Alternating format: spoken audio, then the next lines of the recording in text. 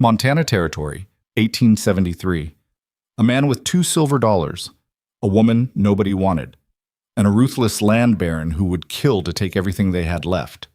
When Gideon Mercer slammed his last coins onto that auction table, the entire saloon exploded with laughter. They called him a fool.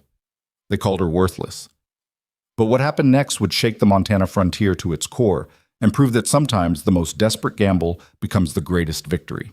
This is the story of two broken souls who refused to surrender, and the impossible war they fought together. Stay with me until the end. Hit that like button and drop a comment telling me what city you're watching from so I can see how far this story travels. The November wind cut through Gideon Mercer's coat like a dull knife, slow, persistent, cold enough to remind him that winter didn't care about his problems. He stood outside Murphy's saloon in Copper Falls, Montana, staring at the weathered wood door and trying to convince himself this wasn't the stupidest thing he'd ever done. $2 silver. That's what he had left. 2 coins that felt heavier in his pocket than they had any right to. Behind him, Main Street was nearly empty. Most folks had enough sense to stay indoors when the temperature dropped this low. The few people who passed gave him looks, some pitying, some disgusted, all of them knowing. Everyone in Copper Falls knew Gideon Mercer was finished. His ranch was dying. His cattle were scattered or dead. The bank had already started foreclosure paperwork, and now he was about to walk into a bride auction like some desperate fool with more pride than sense. He pushed through the door. The saloon hit him with a wall of noise and heat. Oil lamps hung from the ceiling, casting everything in yellow light that made the crowd look sick. Maybe 50 men packed the room. Ranch hands, miners, drifters, the kind of men who came to the frontier because they'd burned every bridge back east. They smelled like whiskey, sweat, and tobacco. Most of them were drunk already, even though it wasn't even noon. At the front of the room stood a makeshift stage, just some crates and planks hammered together. A fat man in a too small suit stood on it, red-faced and sweating despite the cold outside. That was Clarence Dunn, the auctioneer. He made his living selling things people shouldn't be selling. Gentlemen, gentlemen, Clarence's voice boomed over the crowd. We've got 3 lovely ladies seeking honest men and new opportunities in our fine territory. Remember, you're not buying slaves here. These are legal marriage contracts. You pay the fee, you sign the papers, you take the lady home as your lawful wife. All proper and Christian-like. The crowd roared approval. Someone threw an empty bottle that shattered against the wall. Gideon stayed near the back, shoulders against the wall, arms crossed. He felt sick. The first woman was led onto the stage by one of Clarence's assistants. She was young, maybe 20, with blonde hair pinned up neat and a dress that had seen better days but was still respectable. She kept her eyes down, hands folded in front of her. "Now here's a fine specimen," Clarence announced. Miss Sarah Brennan, 20 years old, came all the way from Philadelphia. Can cook, sew, and comes from a decent Presbyterian family. Who'll start the bidding at $20? Hands shot up immediately. The bidding climbed fast, 25, 30, 35. Within 2 minutes, a mine foreman from the North Valley had won her for $42. The woman was led off the stage, face blank, eyes still down. The foreman looked pleased with himself. The second woman was older, maybe 35, with a hard face and harder eyes. She stood on that stage like she'd done this before, like she knew exactly what kind of transaction this was and had made peace with it. "Mrs. Catherine Walsh," Clarence declared. "Widowed, experienced in ranch management, knows her way around livestock and accounts. A practical woman for a practical man. Let's start at $15. She went for $28 to a rancher from the Eastern Territory. She walked off the stage with her shoulders back, already negotiating terms with her new husband before they even reached the door. Gideon felt the $2 silver burning in his pocket. This was insane. He should leave. He should walk out right now and now, gentlemen, our final lady of the day." The crowd's noise shifted. Laughter rippled through the room before anyone even saw her. A woman stepped onto the stage and Gideon felt something twist in his chest. She was thin. Too thin. Her dress hung off her frame like it had been made for someone else. Dark hair fell loose around her shoulders. Not styled, just there. Her face was pale, exhausted, with shadows under her eyes deep enough that Gideon could see them from across the room. But it was her expression that caught him. She looked terrified, humiliated, and absolutely furious at herself for being there. This here is Miss Elena Vale, Clarence said, his voice losing some of its enthusiasm. 26 years old, came from Boston, can read and write, knows her numbers. A bit on the skinny side, I'll grant you, but she's sick? Someone shouted from the crowd. No, just travel-worn, Clarence said quickly. Long journey from the East Coast, you understand. She'll fill out with some good frontier cooking. More laughter, crueler this time. Elena stood there, hands clenched at her sides, staring straight ahead at nothing. Her jaw was tight. Gideon watched her swallow hard, fighting to keep her composure. Let's start the bidding at $15, Clarence announced. Silence. Nobody moved. Nobody raised a hand. Clarence cleared his throat. Come now, gentlemen. This is an educated woman we're talking about. Knows her letters. Can keep a household. Oh, she looks half dead already, someone called out. Probably wouldn't survive her first Montana winter. The room erupted in laughter. Elena's face went rigid, but she didn't look down. She kept staring straight ahead, refusing to give them the satisfaction. $10 then, Clarence said, sweat beading on his forehead. Surely someone… Nothing. Gideon felt his hand moving toward his pocket before he fully decided to do it. This was wrong. All of it was wrong. But watching this woman stand there while a room full of drunk idiots treated her like spoiled meat, that was something else entirely. $5, Clarence's voice cracked slightly. Come on, boys. $5 for a wife who can read and write? That's worth something. Still nothing. Elena's breathing had gone shallow. Gideon could see her chest rising and falling too fast. She was going to break. Any second now she was going to collapse or run, But she didn't. She lifted her chin slightly, met Clarence's eyes, and said in a voice that carried across the whole room, Perhaps you should simply say it. Nobody wants damaged goods. The saloon went dead quiet. Then someone in the front row started laughing, and it spread like wildfire. Men doubled over, slapping their knees, howling at her self-deprecation. It was the cruelest thing Gideon had ever heard. His hand closed around the $2 silver. $2, he said.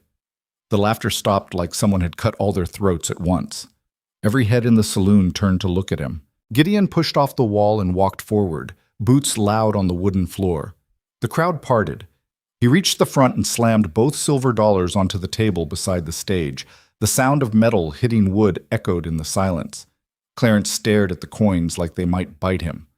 That's not even… $2, Gideon repeated. That's my bid. Son, I can't sell a woman for $2 goddamn dollars. You just spent 10 minutes trying to sell her for less and couldn't get a single offer, Gideon said flatly. $2 is $2 more than anyone else is willing to pay. Take it or send her back east on your dime. Clarence's face went from red to purple.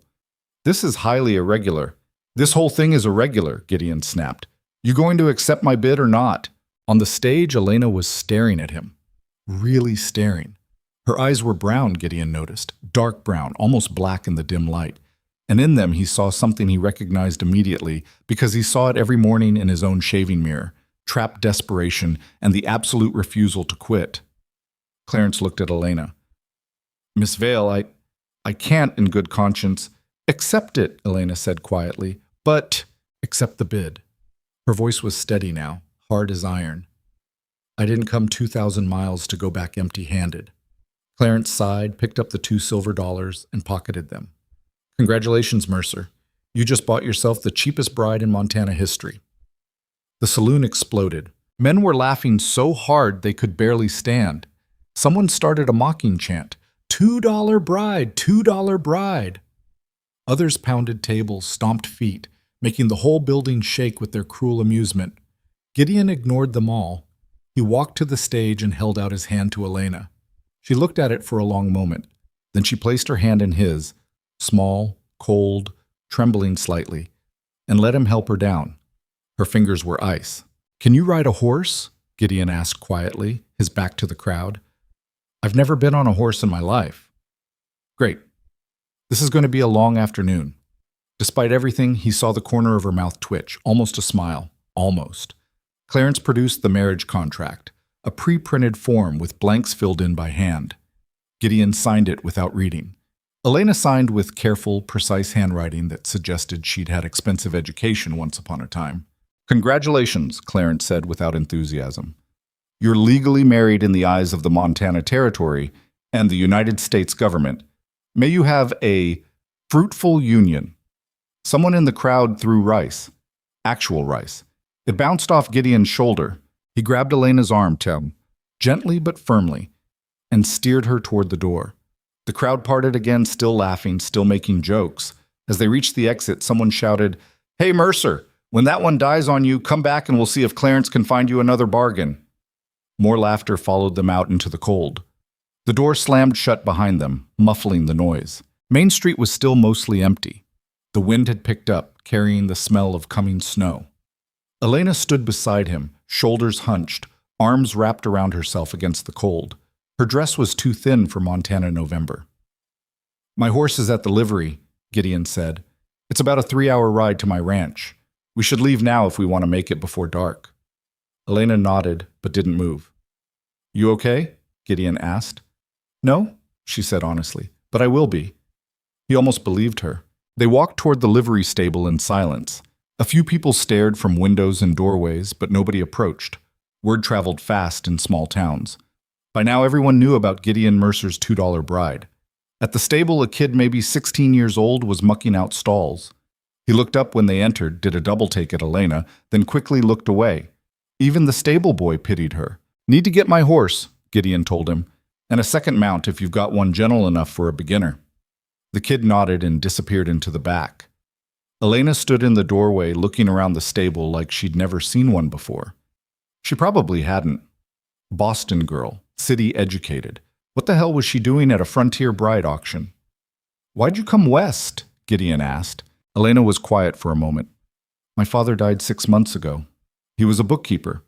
When he passed, I discovered he'd been quietly going bankrupt for years. There were debts. The house was sold. I had no money, no prospects, and no family willing to take me in." She paused. "An agency in Boston arranges these contracts. They pay your passage west in exchange for this. So you had no choice." "Everyone has choices, Mr. Mercer. I simply ran out of good ones." The stable boy returned leading 2 horses, Gideon's gelding, a sturdy gray he'd owned for 5 years, and a smaller chestnut mare with a gentle eye. "This one's real sweet," the boy said, patting the mare's neck. "Won't give you no trouble." Gideon paid him, then turned to Elena. "Ever even touched a horse?" "Once, at a fair. It was tied up." He almost laughed. "Almost."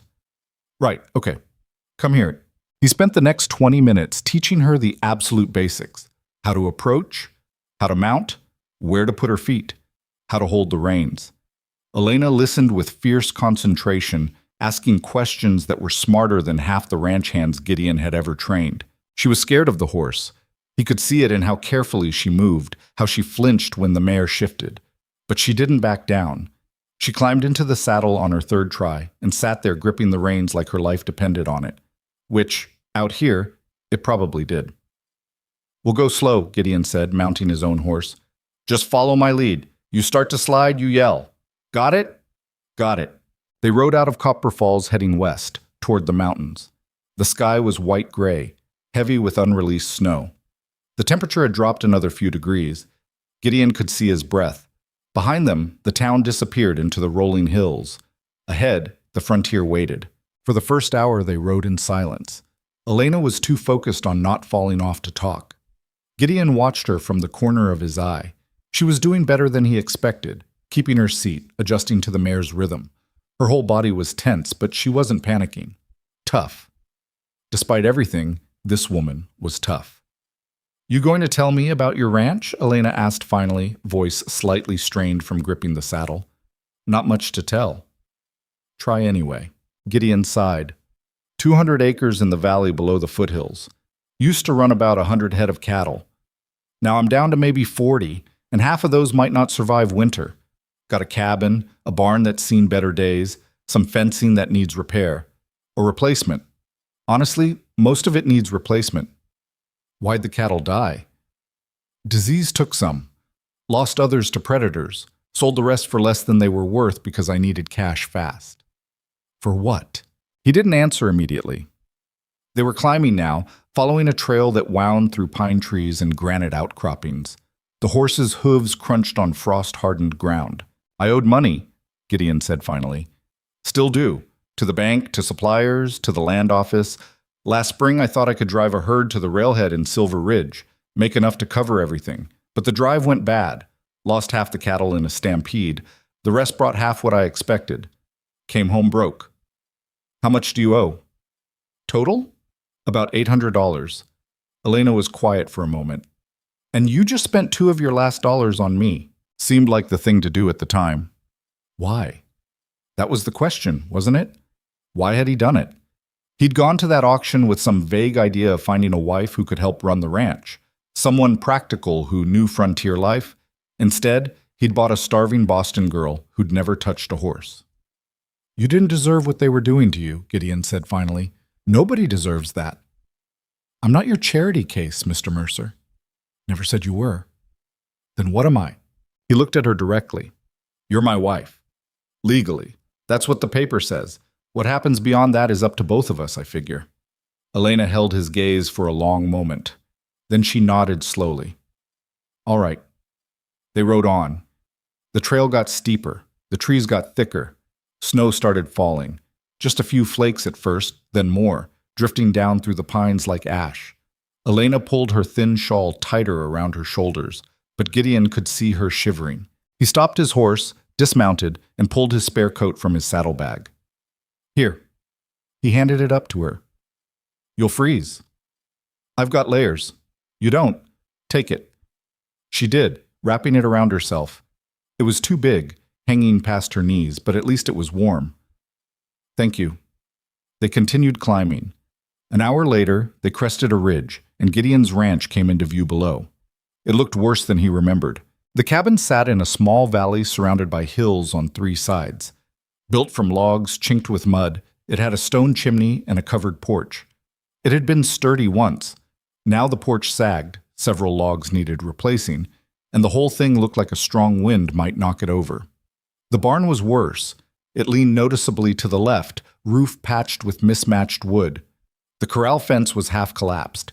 Beyond it, maybe 3 dozen cattle grazed in brown grass, looking thin and mangy. This was what $2 silver had bought her. A dying ranch and a desperate man. Elena stared down at it without expression. It's not much, Gideon admitted. No, Elena agreed quietly. It's not. They descended into the valley as the sun touched the western mountains. By the time they reached the cabin, the temperature had dropped below freezing and the snow was falling steadily. Gideon helped Elena dismount. She nearly collapsed when her feet hit the ground, legs too cramped from 3 hours of riding to hold her weight. He caught her arm, steadied her. Happens to everyone their first time, he said. You'll be sore tomorrow. I'm sore now. He almost smiled. Come on, let's get inside before we freeze. He led the horses to the barn, unsaddled them, gave them feed and water. The barn smelled like old hay and animal droppings. Half the roof had holes. Snow drifted through gaps in the walls. Elena stood in the doorway, watching him work. How long have you lived here? 5 years. Built most of it myself. By yourself? Had help the first year. Then people left. People. He didn't answer. Some stories could wait. When the horses were settled, he led Elena to the cabin. The door stuck. It always stuck, and he had to shoulder it open. Inside was dark and cold. The main room wasn't large. A stone fireplace dominated one wall. Rough-built furniture. A table, 2 chairs, a cabinet. A doorway led to a small bedroom in the back. Everything was covered in dust. Haven't been here much lately, Gideon muttered, crossing to the fireplace. Been sleeping in the barn mostly, keeping an eye on the cattle. He got a fire going. The kindling caught slowly, reluctant, but eventually flames spread and heat began pushing back the cold. The light revealed just how shabby everything was. Gaps in the floorboards, cobwebs in the corners, a layer of grime on every surface. Elena stood in the middle of the room, still wearing his oversized coat, looking around with that same unreadable expression. There's a bedroom in back, Gideon said, not looking at her. You can sleep there. I'll take the barn. This is your house. You're my wife? Legally. That means the house is yours too. Mr. Mercer, Gideon, if we're married, you might as well use my name. Gideon, then, she paused. I appreciate the gesture, but I'm not going to take your bed while you sleep in a freezing barn. I've been doing it for weeks. I'm used to it. That doesn't make it right. He finally looked at her. She was still shivering despite the fire, her face pale and exhausted, but her jaw was set in that stubborn line he was starting to recognize. You want to share the bedroom? He asked flatly. Because it's got one bed, and it's not that big. Elena's face colored slightly, but she didn't look away. I'm suggesting we be practical about this situation. It's freezing. The cabin needs work before winter truly hits. Fighting over sleeping arrangements seems counterproductive. What's your suggestion? You sleep in the bedroom. I'll sleep out here by the fire. Tomorrow we figure out the rest. It was a reasonable compromise. Gideon nodded. All right. He found blankets in the bedroom, musty but intact, and brought them out to Elena. Then he went to the kitchen corner and discovered he had almost no food. Some dried beans, a bit of salt pork, coffee. That was it. When's the last time you ate? He asked. Yesterday morning. The agency provided breakfast before the auction. Yesterday morning. Jesus Christ. He put water on to boil and started preparing the beans and pork. It would take a while. Beans always did. But it was better than nothing. While he worked, Elena explored the cabin, touching things gently, assessing. You have books? She said, surprised, finding a small shelf near the fireplace. My mother's. She was big on reading. Was? She died 10 years back. Fever. I'm sorry. He shrugged. It was a long time ago. Elena pulled down one of the books. Looked like Shakespeare, one of the tragedies, and opened it carefully. These are well loved. She read them to me when I was a kid. Even out here, she insisted on education. Smart woman. The smartest I ever knew. Until she got sick and died because the nearest doctor was 3 days away and didn't come until it was too late. But that was another story for another time. The beans finished cooking just as full darkness fell outside. Gideon dished them out into 2 tin bowls, added chunks of the salt pork, handed one to Elena. They sat at the table and ate in silence. The food was barely adequate, undersalted, the beans still a bit hard, but Elena ate like it was a feast. She probably hadn't had a real meal in days, weeks maybe. Thank you, she said when she finished. It's not much. It's more than I had this morning. Outside, the wind picked up, rattling the shutters. Snow hissed against the window. The fire crackled. I should tell you something, Gideon said finally, about why I went to that auction. Elena waited. I didn't go looking for this. He gestured vaguely between them. I went because I thought maybe, possibly, I could find someone who knew ranch work. Someone who could help me get through winter. It was stupid and desperate, but I was out of options. And instead you got me. Yeah. A city girl who doesn't know the first thing about ranching. Yeah. Elena was quiet for a moment. I should tell you something too, about why I accepted your bid. Gideon waited. When I was standing on that stage, listening to them laugh, I realized I had 2 choices. I could break, let them see me cry, prove them right that I was worthless, or I could choose my own fate. She met his eyes. You were the only man in that room who looked at me like I was a person instead of a piece of meat. So when you bid, pathetic as it was, I took it, because at least it was a choice I made. $2 silver doesn't buy much choice. It bought me away from that stage. That's enough for now. The fire popped, sending sparks up the chimney. So what happens tomorrow? Elena asked. Tomorrow I show you the ranch, what's left of it. We figure out what needs doing before the real cold hits, and He trailed off. Survive? Yeah, we survive. Elena nodded slowly. I can do that. You sure? This isn't Boston. Winter out here will kill you if you're not careful. I'm aware. She stood gathering the empty bowls. Where's the water for washing? Pump's outside, but it's probably frozen by now. We'll have to melt snow. She looked at him like he'd spoken another language. Melt snow. Welcome to Montana. Despite everything, the exhaustion, the fear, the absolute insanity of their situation, Elena laughed. Just a short, sharp sound, but genuine. What? Gideon asked. Nothing. It's just 12 hours ago I was in a saloon being auctioned like livestock. Now I'm married to a stranger and learning to melt snow for dishwater. My father would have died of shame all over again. Your father sounds like he had his own problems. He did, but he tried. That's something. She took the bowls outside to gather snow. Gideon added more wood to the fire and tried not to think about how badly he'd just complicated his life. When Elena came back in, she melted the snow in a pot over the fire and washed the dishes with careful, precise movements. Watching her, Gideon noticed things he'd missed before. Her hands were small but competent. Her movements were efficient, no wasted motion. And despite being exhausted and scared, she wasn't falling apart. Most people would have broken by now. You should get some sleep, he said. Tomorrow's going to be hard. Every day is going to be hard, Elena replied. Might as well start getting used to it. She arranged the blankets near the fire, close enough for warmth, but not close enough to risk catching sparks. Gideon watched her settle in, curled on her side, using his coat as an extra layer. Gideon? She said quietly. Yeah? Thank you. For what you did today. Even if it was stupid. It was definitely stupid. I know, but thank you anyway. He went to the bedroom and lay down on the bed fully clothed, staring at the ceiling. The wind howled outside. Snow piled against the window.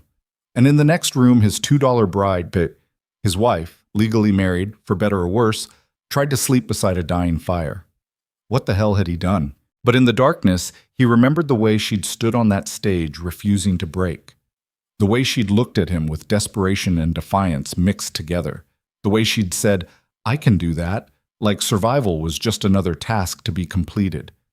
Maybe, possibly, he hadn't made the worst decision of his life. Maybe. He closed his eyes and tried to sleep, knowing that tomorrow would bring 100 new problems and exactly 0 solutions. But for tonight at least, neither of them was alone. And in the frozen Montana wilderness, sometimes that was enough. Gideon woke to the smell of coffee. For a moment, still half asleep, he thought he was dreaming. Nobody had made coffee in this cabin for 3 years. Not since... He sat up fast, remembered where he was, what had happened yesterday. The bride auction. Elena. $2 silver that had seemed like either salvation or the final nail in his coffin. Gray morning light filtered through the bedroom window. He could hear movement in the main room, the clank of metal on metal, someone moving quietly but not silently. He pulled on his boots and walked out. Elena stood at the stove, her back to him, still wearing the same dress from yesterday, but with her hair pulled back in a practical bun. The fire was going strong, coffee steamed in the pot, and she was doing something with the last of the beans and salt pork, trying to make breakfast out of almost nothing. She turned when she heard him, and he saw dark circles under her eyes. She hadn't slept well, neither had he.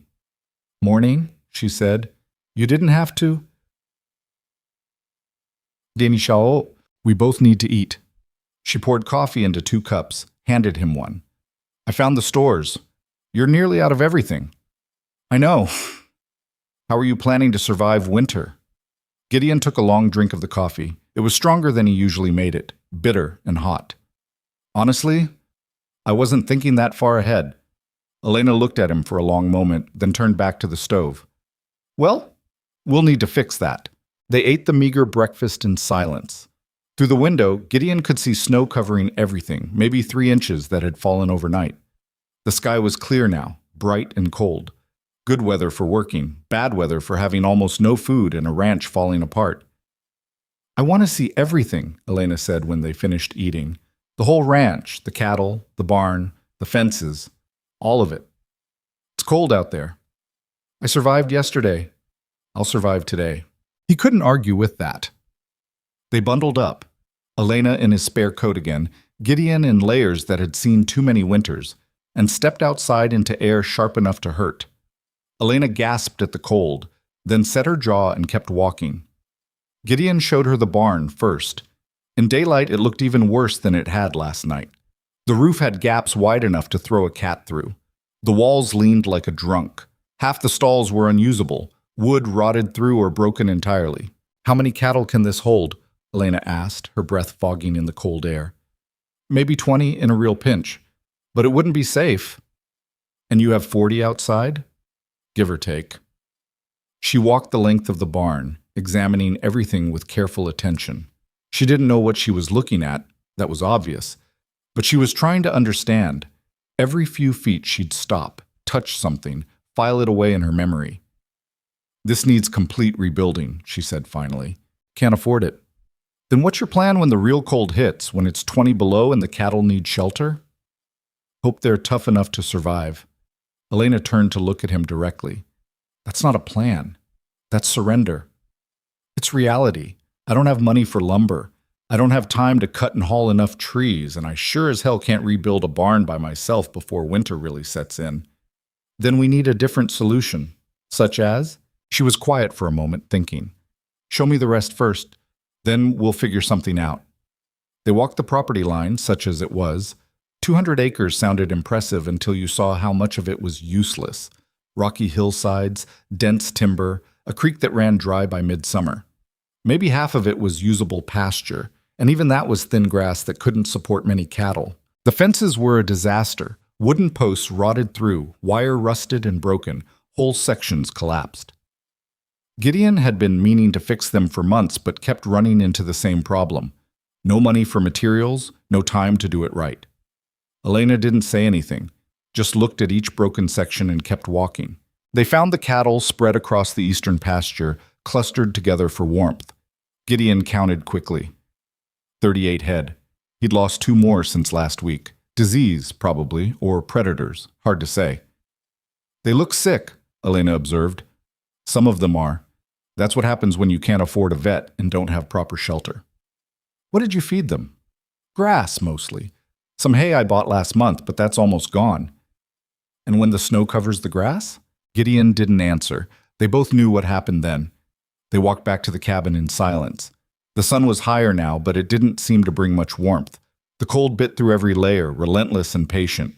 Inside, Elena went straight to the table and found paper and a pencil in one of the drawers. She sat down and started writing, her handwriting small and precise. "What are you doing?" Gideon asked. "Making a list." She didn't look up. "Of everything that needs fixing, everything we need to buy, everything we need to do before real winter hits." "That's going to be a long list." "I'm aware." He watched her write for a few minutes, fascinated despite himself.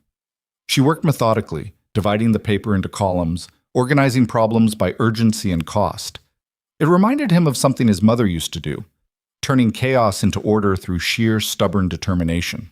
After about 20 minutes, Elena set down the pencil and looked at what she'd written. "This is bad," she said. "Told you." "No, I mean, it's worse than you've been admitting, even to yourself." She slid the paper toward him. "Look." Gideon looked. She'd divided everything into 3 columns: critical, urgent, and important. The critical column alone had 15 items. The urgent column had 23. Important was a whole separate page. "The barn," Elena said, pointing. "That's critical. If we lose cattle to exposure, we lose everything. The fences are urgent. Without them, the herd scatters and we'll never round them up. Food stores, both for us and the animals. That's critical. Firewood for winter. Urgent. Debt payments." She trailed off. "When's your next payment due?" "End of December." "How much?"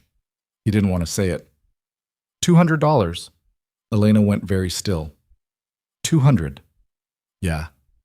And you have about $15 left, after buying supplies last month and paying off a few smaller debts. She set down the pencil very carefully, like she was afraid she might break it otherwise. "Gideon, you're going to lose this ranch." "I know. In 6 weeks, the bank is going to foreclose, and you'll have nothing." "I know." "Then why—" She stopped, took a breath. "Why did you spend $2 on me? You needed every penny." He'd been asking himself the same question all night. "I don't know. Seemed important at the time." "Important." "Yeah." Elena laughed, but it wasn't a happy sound. "We're going to die out here. You realize that, right? We're going to freeze or starve or both, and it'll be because you made a stupid emotional decision in a saloon." "Probably." "Probably." She stood up, paced to the window, stared out at the snow-covered valley. "My father used to say the frontier was where people went to reinvent themselves or destroy themselves, and most couldn't tell the difference until it was too late." "Smart man." "He died broke and bitter, so maybe not that smart." She turned back to him. "I need to see your books." "My what?" Your financial records, accounts, debts, income, expenses, everything. Gideon hesitated. They're a mess. I assumed. Show me anyway. He pulled out a battered ledger from the cabinet, along with a stack of papers held together with string. Bills, receipts, promissory notes, some of them going back years. He dumped it all on the table. Elena sat down and started going through it. For the next 2 hours, she didn't speak. She just read, made notes, cross-referenced numbers, her face getting paler and more drawn with each page. Gideon tried to do other things, cleaned his rifle, organized tools, anything to avoid watching her discover just how badly he'd failed. Finally, she sat back. Okay, she said quietly. Okay, what? Okay, I understand now why you're in this situation. Enlighten me. Elena chose her words carefully. You're not stupid. You work hard. But you've been making decisions based on hope instead of math. You bought cattle at the wrong time, sold them at the wrong price, borrowed money at terms that were designed to trap you, and the worst part is, someone's been taking advantage of that. What do you mean? She pulled out a promissory note dated from 2 years ago. This loan, you borrowed $300 at 15% interest to buy breeding stock. So 15% is robbery. The going rate for secured agricultural loans is 8, maybe 10%. Someone saw you coming and charged you almost double. Gideon took the note, looked at it closer. The signature at the bottom was neat and flowing. Victor Crow, Crow Lending and Land Company. Crow, he said flatly. You know him? Everyone knows Crow. He owns half the valley, has his fingers in every business in Copper Falls. Elena pulled out another document. He also holds your mortgage, and according to this, he's bought up most of your other debts from their original creditors. You don't owe money to 6 different people. You owe everything to one man. Son of a bitch. It's actually smart, from his perspective. Consolidate the debt, call it all due at once, foreclose when you can't pay. Then he owns your land for pennies on the dollar. Gideon felt something cold settle in his stomach. You're saying this was planned. I'm saying someone has been positioning to take your ranch for at least 2 years, and you either didn't notice or couldn't do anything about it. He wanted to argue, but he couldn't. Looking at it laid out like this, it was obvious. Crow had been circling like a vulture, waiting for the moment to strike. So what do we do? Gideon asked. Elena was quiet for a long moment. Honestly, I don't know if there's anything we can do. You're too far behind. Even if we sold every cow tomorrow, it wouldn't cover what you owe. There has to be something. Why? Because you want there to be? That's the same hope-based thinking that got you here in the first place. Her words hit harder than they should have. Gideon stood up, paced to the fireplace, stared into the flames. So that's it? We just give up? I didn't say that. Sounded like it. I said I don't know if there's anything we can do. That's different from saying we shouldn't try. He turned to look at her. She was still sitting at the table, surrounded by his failure documented in ink and paper, looking exhausted and small and absolutely determined. You have an idea, he said. Maybe. Probably a stupid one.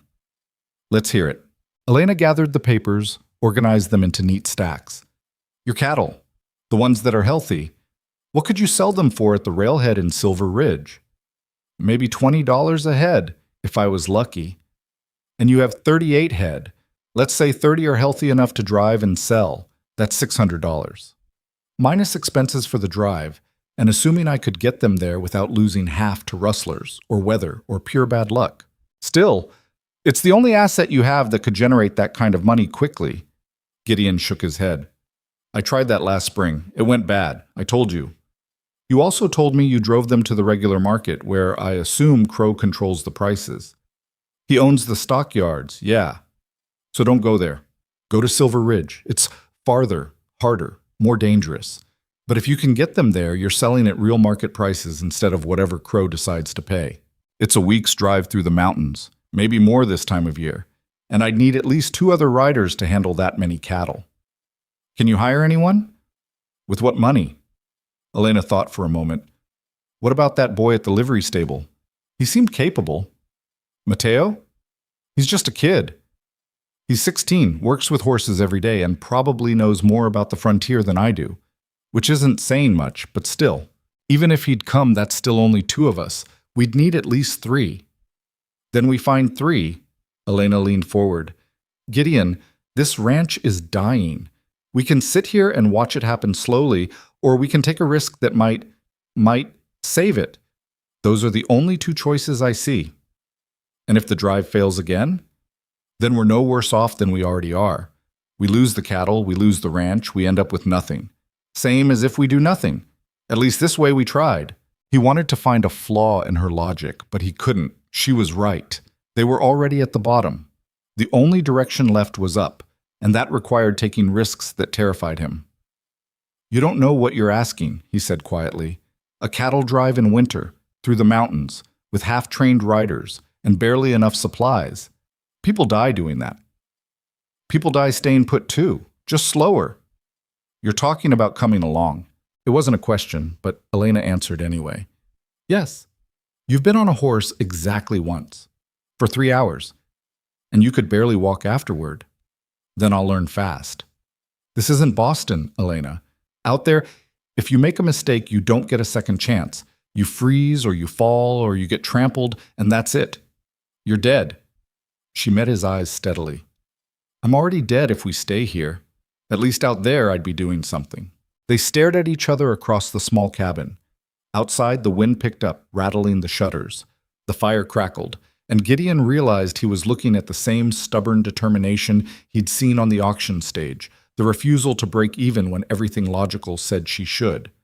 You're crazy, he said. So are you. That's why you bid $2 on a stranger. Despite everything, he almost smiled. Fair point. Elena stood up, walked to the window. We have 6 weeks until your payment is due. If we're going to do this, we need to move fast. Organize the drive, recruit riders, prepare the cattle, plan the route. Every day we wait, the weather gets worse, and our chances get smaller. And if I say no, then I'll respect that. This is your ranch, your decision. I'm just the $2 bride who showed up yesterday with opinions and no useful skills. You've got useful skills. You figured out in 2 hours what I couldn't see in 2 years. Knowing we're drowning isn't the same as knowing how to swim. Gideon walked to the window, stood beside her. The valley stretched out before them, white with snow, beautiful and deadly in equal measure. His land, his responsibility, his failure, or maybe, possibly, his second chance. We'd need to leave within a week, he said slowly. Any later and the mountain passes might close completely. Elena nodded. What do we need to do first? Talk to Matteo, see if he's willing, then find at least one more rider who won't rob us blind or disappear when things get hard. And supplies? Food, ammunition, extra rope, medicine for the cattle and us, blankets, firewood for camps. It adds up fast. How much? Maybe $50 if we're careful. You have 15. Yeah. Elena was quiet for a moment. I have something I could sell. Gideon looked at her. What? She reached into her dress and pulled out a thin gold chain with a small locket. It caught the light from the fire, gleaming softly. This was my mother's. It's the only thing I kept when we lost the house. It's real gold. Should be worth something. Elena, no. It's just a thing, an object. It won't keep us warm or fed or alive. But money might. That's your mother's. My mother is dead. The locket can't bring her back. But it might save our lives. She held it out to him. Take it. Sell it in town. Use the money for supplies. Gideon didn't move. I can't ask you to do that. You're not asking. I'm offering. She pressed the locket into his hand, closed his fingers around it. We're in this together now, for better or worse, remember? That's what the contract said. So let's act like it. The gold was warm from her skin. Gideon held it for a moment, feeling the weight of what she was giving up. Not just the locket itself, but the last piece of her old life. The final connection to who she'd been before the frontier. I'll get you a fair price, he said quietly. I know you will. They stood there in the morning light, 2 desperate people who barely knew each other, planning something that would probably get them killed. But the alternative was waiting for winter to bury them, and neither of them seemed willing to die quietly. So we're really doing this, Gideon said. We're really doing this. You understand it's probably going to fail. I understand that not trying definitely will. He looked at her. This thin, exhausted Boston woman who'd been in Montana for less than 24 hours and was already planning a winter cattle drive through the mountains like it was a reasonable idea. She was either the bravest person he'd ever met or the most foolish. Maybe both. "All right," he said finally. "Let's go talk to Mateo." They rode back into Copper Falls that afternoon, Elena handling the mare better than yesterday, but still gripping the reins too tight, still tense in the saddle. Gideon kept his horse close to hers, ready to catch her if she started to slide. The town looked different in daylight. Less menacing, more shabby. False front buildings that hadn't seen paint in years. Muddy streets churned by wagon wheels and horse hooves. People moving with the resigned efficiency of folks who knew winter was coming and there was never enough time to prepare. A few people stared at them as they passed. Word had spread, of course. The $2 bride was already a joke that would follow them for years, assuming they lived that long. At the livery stable, they found Mateo mucking out stalls again. The kid looked up when they entered, eyes going wide when he saw Elena. "Mr. Mercer," he said carefully. "Ma'am." "Mateo." Gideon dismounted, helped Elena down. "Got a minute to talk?" "I'm working. It's important. And it might be profitable." That got the kid's attention. He set down his shovel, wiped his hands on his pants. "What kind of profitable?" "The kind where you take a risk and might end up with more money than you've ever seen. Or you might end up frozen in a mountain pass." Mateo blinked. "That's quite a range." "That's the frontier." Gideon laid it out simply. Cattle drive to Silver Ridge, week or more on the trail, dangerous conditions, payment of $50 if they succeeded. The kid listened without interrupting, his face carefully neutral. When Gideon finished, Mateo was quiet for a long moment. $50, he said finally. "That's right. That's more than I make in 6 months here." "Yep." "And you're planning to do this when? Spring? Next week?" The kid's eyes went wide. "Next week, Mr. Mercer? It's November. The passes could close any day." "I'm aware." "Then you know this is crazy." "Also aware." Mateo looked at Elena. "Ma'am, do you know what he's proposing?" "I'm the one who proposed it," Elena said calmly. That seemed to surprise him more than anything. But you're new? Inexperienced? A woman?" Elena's voice had an edge to it. "All true. Doesn't make the math wrong. We need money. We have cattle. Silver Ridge pays market prices. Therefore, we drive the cattle to Silver Ridge. Through the mountains. In winter. With no guarantee you'll make it." "Correct." Mateo looked between them like they'd both lost their minds. "I need to think about this." "Fair enough," Gideon said. "But I need an answer by tomorrow. We're leaving in 6 days, whether you're with us or not." 6 days? The kid shook his head. "You're really serious?" "Dead serious. That's probably the right word for it." But Mateo didn't look scared. He looked interested, the way young men always look when someone offers them adventure mixed with danger. "I'll give you an answer tomorrow morning. That's all I'm asking." They left the stable and headed toward the general store. Gideon needed supplies regardless of whether Mateo agreed, and he needed to see about selling the locket. The store was warm after the cold outside, heated by a pot-bellied stove that made the air shimmer. Shelves lined the walls, stocked with everything a frontier town needed: flour, sugar, coffee, ammunition, tools, fabric, medicine. Behind the counter stood Marcus Webb, the owner, a thin man with spectacles and a permanent expression of mild disapproval. "Mercer," Webb said when they entered. His eyes flicked to Elena, calculated, judged. "Heard you bought yourself a wife yesterday." "News travels fast." "Only news we got. That and the fact you paid less than most people spend on a good horse." Elena's jaw tightened, but she didn't respond. Gideon pulled out a list he'd made that morning. "Need supplies: flour, salt, coffee, dried beans, ammunition, rope. And I need to sell something." Webb looked at the list, frowned. "This is a lot of supplies, Mercer. You planning a trip?" "Maybe." "You got credit for all this?" "I've got gold." That got Webb's attention. "Show me." Gideon pulled out the locket, set it on the counter. It looked small and delicate against the scarred wood, a piece of another world that didn't belong in this rough place. Webb picked it up, examined it through his spectacles, tested the chain. "Real gold. Not much of it, but real. Where'd you get this?" "It's mine," Elena said quietly. family heirloom. Webb looked at her with new interest. You sure you want to sell it? I'm sure. He thought for a moment. I'll give you $30 for it. It's worth $50 at least, Elena said immediately. Maybe in Boston. Out here, I'm lucky to get $35 when I resell it. Then give us $35. Webb looked at her like he was seeing her for the first time. You always negotiate like this? My father was a bookkeeper. I learned young. Clearly, Webb set the locket down. 32, final offer. Elena glanced at Gideon. He gave a tiny nod. It was more than he'd expected. Deal, Elena said. Webb counted out $32 in coins and bills, added it to what Gideon had left. $47 total. Not much, but enough to buy what they needed if they were careful. They spent the next hour selecting supplies, Elena helping choose quantities and quality with surprising knowledge. She'd clearly done household shopping before, knew how to spot inferior goods and negotiate better prices. By the time they finished, they had enough provisions to last 3 people for 2 weeks on the trail, assuming nothing went wrong, which was a big assumption.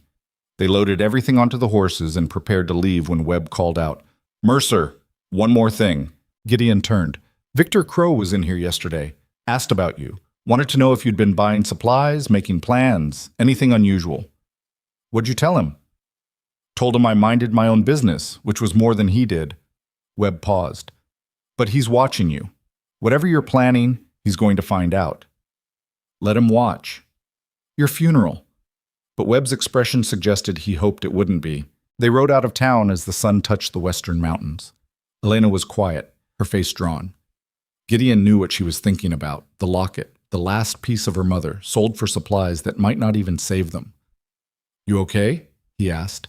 No, but I will be. Same words she'd said yesterday. He was starting to realize that was her way of coping. Acknowledge the pain, then push through it anyway. They made it back to the ranch just before dark. Mateo was waiting for them, sitting on the porch like he owned the place. That was fast, Gideon said, dismounting. Didn't need long to think about it. The kid stood up. I'm in. $50 to risk my neck in the mountains? That's better odds than staying here and dying slowly. Gideon felt something loosen in his chest. You sure? Hell no, but I'm doing it anyway. Mateo looked at Elena. Ma'am, I got to ask, you really planning to come on this drive? I am. You know how to shoot? No. Ride? Barely. Handle cattle? Not even slightly. Mateo looked at Gideon. She's going to get us all killed. Probably, Gideon agreed, but we're doing it anyway. Yep. The kid grinned suddenly, wild and young and completely fearless. Well then, guess we better teach her fast.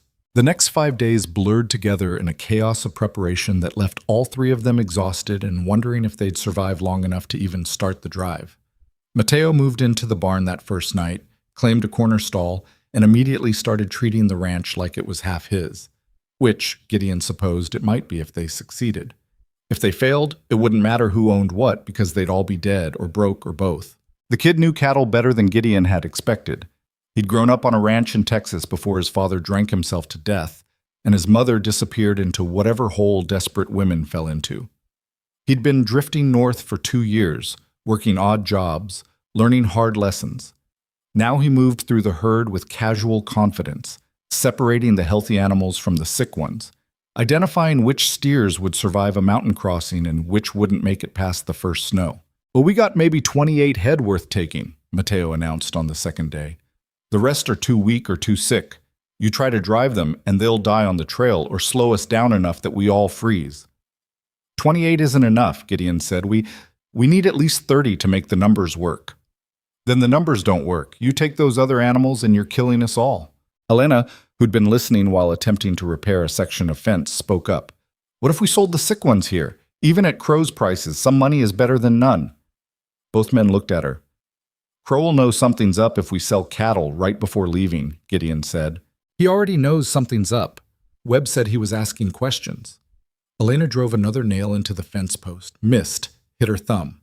She swore viciously in what sounded like Latin. If we're going to move against Crow anyway, we might as well get whatever we can from him first. Mateo grinned. I like her. She makes a point, Gideon admitted, But taking cattle to Crow's stockyard means facing him directly. He'll want to know our plans. So we lie. Elena sucked on her injured thumb. We tell him we're selling off the weak animals because we can't afford to feed them through winter, which is true. He doesn't need to know we're planning to drive the rest over the mountains. He'll suspect. Let him suspect. Suspicion isn't proof. That afternoon, they drove 8 of the sickest cattle into town.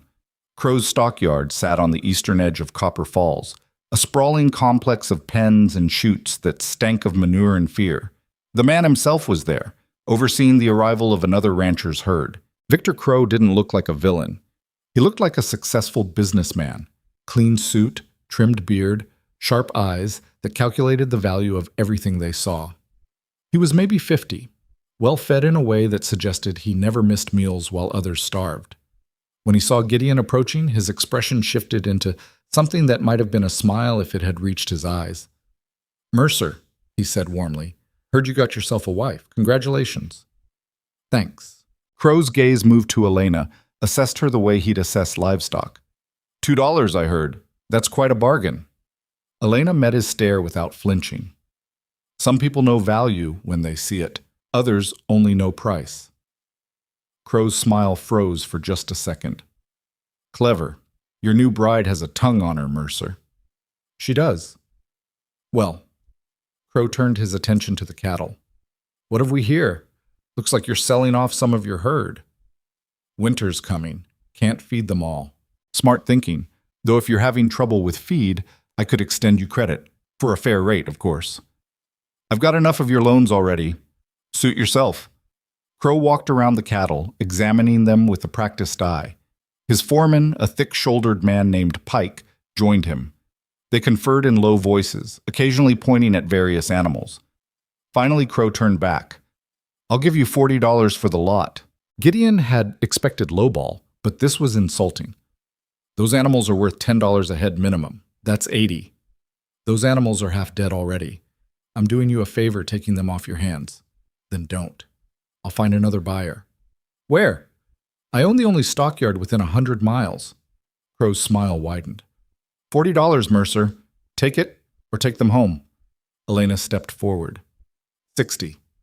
Crow looked at her like she'd grown a second head. "Excuse me?" $60. "These cattle have disease, yes, but it's not contagious and it's not fatal. With proper feed and shelter, half of them could recover. The other half can be slaughtered for meat that's perfectly edible. You know this. We know this. Stop pretending they're worthless when you'll turn around and sell them for 3 times what you pay." The stockyard had gone quiet. Pike was staring at Elena with open shock. Even Crow seemed momentarily speechless. "Mrs. Mercer," he said finally, "I don't think you understand how business works out here." "I understand perfectly. You exploit desperate people because you can. But we're not that desperate yet." "No?" Crow's voice went cold. "Your husband owes me $800. His ranch is collapsing. He just married a woman for the price of a cheap bottle of whiskey. That sounds pretty desperate to me. It sounds like a man making the best of a bad situation, which is different from a man who has no options left." Elena crossed her arms. $60 or we leave." For a long moment, nobody moved. Gideon could see Pike's hand drifting toward the pistol at his belt. Several of Crow's other men had stopped working, were watching the confrontation with interest. Then Crow laughed. It was a genuine sound, surprised and almost respectful. "You've got fire, Mrs. Mercer. I'll give you that." He pulled out a leather wallet, counted out $50. "That's my final offer. Take it or don't." Elena glanced at Gideon. He gave a tiny nod. 50 was better than 40. "Deal," Elena said. Money changed hands. Pike and his men moved the cattle into holding pens. Crow watched them go, then turned back to Gideon. "Word of advice, Mercer. Whatever you're planning, it won't work. This valley belongs to me. Every ranch, every business, every desperate fool trying to make something of himself. You're not special, you're just next in line to fail." "Maybe?" "No maybe about it. I've broken better men than you." He glanced at Elena. "Better women, too. Fire only burns so long before it goes out." "Then I guess we'll see," Elena said quietly. They rode back to the ranch in silence. Gideon could feel tension radiating off Elena like heat from a stove. She gripped the reins too tight, jaw clenched, breathing hard. "You did good back there," he said finally. "I got us $50 when we needed 60. You got us 50 when I was about to take 40. That's not nothing." Elena didn't respond. They rode the rest of the way without speaking. That night, while Gideon and Mateo worked on organizing gear for the drive, Elena disappeared into the cabin. When Gideon went to check on her an hour later, he found her at the table surrounded by papers, recalculating everything based on their new total funds. "We're still short," she said without looking up. "Even with the 50 from Crow, we don't have enough for adequate supplies and an emergency fund. If anything goes wrong on the trail, things will go wrong. They always do. Then we need more money." "From where?" "We've sold everything we can sell, used up all the credit we have. Unless you've got another gold locket hidden somewhere." "No." Elena set down her pencil. "But you have something else valuable." "What?" "This land. It's worth more than what Crow will pay when he forecloses." Gideon felt his stomach drop. "You're saying sell the ranch?" "I'm saying use it as leverage. Take out one more loan, enough to see us through the drive and cover the immediate debts. If we succeed, we pay it back with profit. If we fail..." She trailed off. "If we fail, whoever holds the loan takes the ranch anyway, same as Crow." "Exactly. So we might as well risk it for a real chance instead of letting Crow have it for nothing." It made sense in the same terrible way all their plans made sense. They were already falling, might as well grab for a branch, even if it might break. "Who'd give us a loan?" Gideon asked. "Crow owns or controls every lender in the valley." Elena was quiet for a moment. "What about the land office? They hold your original deed. They must have emergency provisions for homesteaders in trouble." "Maybe. But even if they do, it'll take time to process. We don't have time." Then we make time. We delay the drive a few days. Every day we wait, the weather gets worse. And every day we go underfunded, our chances of dying increase. Elena looked at him directly. "What's more dangerous? Leaving 3 days later with adequate supplies, or leaving now and running out of food halfway through the mountains?" Gideon didn't have a good answer for that. The next morning, he rode back into Copper Falls alone. The land office was a small building near the courthouse, manned by a tired-looking clerk named Anderson, who seemed perpetually annoyed that people kept needing things from him. "Homestead loan?" Anderson said when Gideon explained what he needed. "Those are for improvements, building, fencing, irrigation, not for operating expenses. I'm improving my chances of survival. That count? Don't get smart with me, Mercer. The regulations are clear. How much could I borrow against my deed?" Anderson sighed, pulled out a massive ledger, flipped through pages. "Your property is assessed at $1,200. Given existing liens, you could potentially borrow up to $300 more. But the process takes weeks. Applications, reviews, approvals from the territorial office. What if I expedited it? Can't be done." "Everything can be done for the right price." Anderson looked at him over his spectacles. "You trying to bribe a federal employee, Mercer?" "I'm trying to save my ranch. If that requires greasing some wheels, I'm willing." For a moment, Anderson looked like he might throw Gideon out. Then his expression shifted into something almost sympathetic. "Look," he said quietly, "I'm not supposed to tell you this, but Victor Crow was in here last week, asked about your property assessment, your debt situation, your payment schedule. He's positioning for a quick foreclosure. The second you miss a payment, he'll move fast." "I know. Then you also know that taking out another loan just puts you deeper in his pocket. Even if I could expedite the paperwork, which I can't, the debt follows the land. Crow forecloses. He gets a ranch worth $1,200 for the $800 you owe him. You borrow $300 more, he gets it for $1,100. Either way, he wins." Gideon felt the trap closing tighter. "So what do I do?" Honestly? Walk away. "File for bankruptcy. Start over somewhere else. You're young enough, got a wife now. Move to California. Try your luck there." "I'm not running." "Then you're dying. Those are your choices." Anderson closed the ledger with a heavy thump. "I'm sorry, Mercer. I really am. But the system isn't built for people like you. It's built for people like Crow." Gideon rode back to the ranch feeling like he'd been gut-punched. Elena was in the barn teaching herself to throw a rope, failing miserably, getting increasingly frustrated. Mateo watched from a safe distance, occasionally offering advice that she ignored. "How'd it go?" she asked when she saw Gideon's face. "Dead end. Can't get a loan fast enough, and even if we could, it just makes things worse." Elena coiled the rope badly, threw it at a fence post, missed by 3 feet. "Then we go with what we have. We don't have enough. Then we make it enough." She picked up the rope again, stubborn as always. "We cut corners. We take fewer supplies. We move faster. We adapt." "That's not a plan." "It's the only plan we've got." She spun on him, eyes flashing. "Every option is terrible, Gideon. Every single one. We can stay here and slowly starve while Crow takes everything. We can run away and become someone else's problem. Or we can take our best shot at this drive and hope we're tougher than the odds. Those are the choices." "Pick one." Mateo cleared his throat. "Actually, there might be another option." They both looked at him. "What option?" Gideon asked. "We find a third rider who will work for percentage instead of cash. Someone skilled enough to increase our chances, desperate enough to take the risk." "Where are we going to find someone like that?" Mateo looked uncomfortable. "I might know someone, but you're not going to like it." "Why not?" "Because she's a woman. She's half Crow Indian. And the last time she was in Copper Falls, someone tried to run her out of town for stealing horses she legally bought." Elena perked up. "She sounds perfect." "She sounds like trouble," Gideon said. "So are we," Mateo pointed out. "Difference is she knows how to handle cattle, shoot straight, and survive in the mountains. Her name's Sarah Kills 3 Crows. She's camped about 10 miles north, near the river.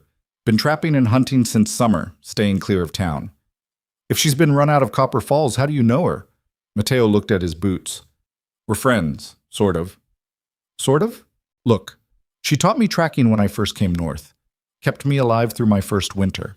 I owe her, and she owes nobody, which means she might actually say yes to something this crazy." Gideon wanted to say no. Another complication, another variable, another person who could get them killed. But Elena was looking at him with that expression that meant she'd already made up her mind. And Mateo was right that they needed someone with real skill. "Fine," he said. "We go talk to her tomorrow. But if she says no, we leave with just the 3 of us. No more delays." "Fair enough." That evening, Elena insisted on more riding practice. Gideon took her through the valley, teaching her how to handle the horse at different speeds, how to read terrain, how to stay in the saddle when things got rough. She fell twice, got back up both times without complaining, climbed back into the saddle with her jaw set and determination burning in her eyes. "You're getting better," he said, after she managed a full hour without losing her seat. "I'm getting less terrible. That's different. Out here, less terrible keeps you alive." They stopped to rest near the creek. The water was low, starting to freeze at the edges. In another week, it'd be solid ice. Elena sat on a rock, rubbing her sore legs, staring at the mountains that rose in the distance like gray teeth. "Tell me about the woman we're meeting tomorrow," she said. "I don't know her. That's all Mateo." "But you know the type. Someone the town tried to run off." Gideon was quiet for a moment. "The frontier's full of people running from something or toward something, usually both. Race doesn't help. Being a woman doesn't help. Being both makes you a target." "Is that what happened to you? Were you running from something?" He hadn't expected the question. "Maybe, long time ago." "Want to tell me about it?" "Not particularly." Elena nodded, accepting that. "The woman I was supposed to marry, you were engaged? For 2 years. His name was Thomas, banker's son. My father approved of him, which should have been my first warning." She picked up a stone, threw it into the creek. "When my father died and the debts came out, Thomas disappeared. Didn't even have the decency to break it off formally, just stopped coming around. His loss. Maybe. Or maybe he saw me clearly and decided I wasn't worth the trouble." She threw another stone. "I used to think I knew what my life would be. Boston, marriage, children, respectable mediocrity until I died of old age or boredom, whichever came first. And now? Now I'm married to a stranger, planning a suicidal cattle drive through frozen mountains, and I've never felt more alive." She laughed, but it wasn't entirely happy. "That probably says something terrible about me. It says you're still breathing. Out here, that counts for a lot." They rode back as the sun set, painting the valley in shades of orange and gold. The cabin looked almost beautiful in that light, like something from a dream instead of a slowly collapsing nightmare.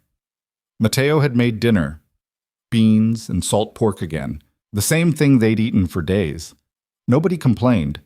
They ate quickly, cleaned up, prepared for tomorrow. That night, lying in his bed while Elena slept by the fire, Gideon thought about choices. He'd made so many bad ones, borrowing from Crow, trusting the wrong people, trying to build something permanent in a place that killed permanence. And now he was dragging two other people into his failure, asking them to risk everything for a plan that probably wouldn't work. But in the darkness, he heard Elena shift by the fire, heard her breathing steady and determined even in sleep. And he remembered the way she'd stood up to Crow, the way she'd sold her mother's locket without hesitation, the way she climbed back on the horse every time she fell. Maybe they'd fail. Probably they would, but at least they'd fail trying. They left at dawn to find Sarah kills 3 crows. Mateo led the way, following a trail that wound north along the river. The morning was cold enough to hurt, frost covering everything in white crystal that sparkled in the weak sunlight. After 2 hours, they reached a small camp tucked into a bend in the river. A canvas tent, a fire ring, supplies organized with military precision. And standing beside the fire, cleaning a rifle that looked older than she was, stood a woman who made Elena look soft by comparison. Sarah Kills 3 Crows was maybe 30, lean and hard as weathered wood. She wore buckskin pants, a wool shirt, and a fur-lined coat that had seen better days. Her black hair was cut short, her face was scarred on one side from what looked like a knife fight, and her eyes were the coldest thing Gideon had ever seen. She looked up when they approached, saw Mateo, and smiled slightly. "Figured you'd show up eventually." "Hey, Sarah, you bring trouble with you?" She nodded at Gideon and Elena. "Maybe.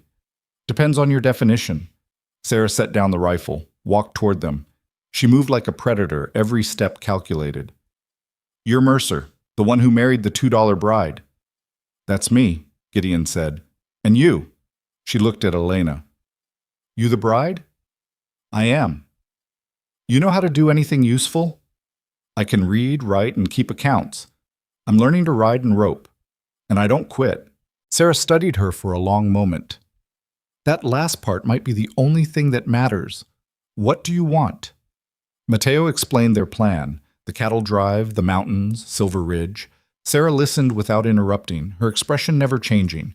When Mateo finished, she was quiet for a solid minute. "That's the stupidest thing I've ever heard," she said finally. "Probably," Gideon agreed. "You'll die in the mountains." "Maybe. Weather's going to turn any day. Passes could close. You could get caught in a blizzard and freeze to death." "Yeah. And even if you make it to Silver Ridge, there's no guarantee you'll get the prices you need." "All true?" Sarah looked at each of them in turn. "So why are you really doing this?" "Because we're out of options," Elena said quietly. "Because staying means dying slowly, and at least this way we're moving. Because sometimes you have to risk everything for even a chance at winning." Sarah's expression shifted slightly, something that might have been respect. "What's the pay?" she asked. 10% of whatever we make," Gideon said, "Bob, plus $50 flat if we succeed." "That's a gamble." "Everything is."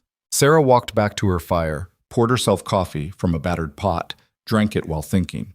The 3 of them waited, barely breathing. "I've got one condition," Sarah said finally. "What?" "We don't go through the main passes, too obvious, too exposed.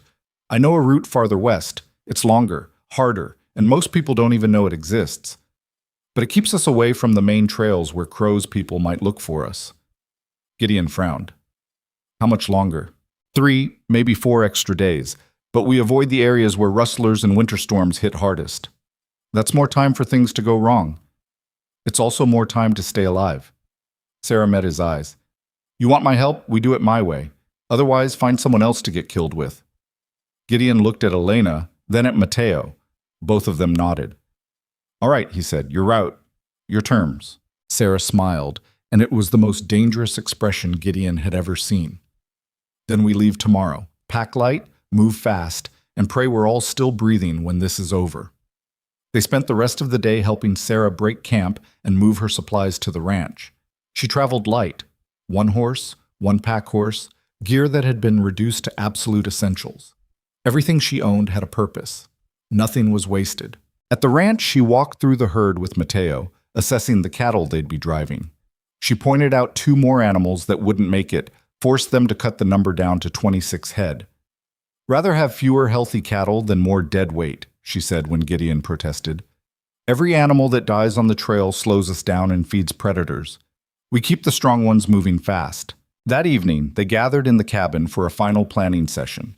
Sarah spread out a hand-drawn map on the table, marked with trails and landmarks only someone who'd spent years in the mountains would know. "We head northwest out of the valley," she said, tracing the route with her finger. "Follow the ridgeline for 2 days, then drop into this canyon. There's a pass here that most people miss because it looks like a dead end.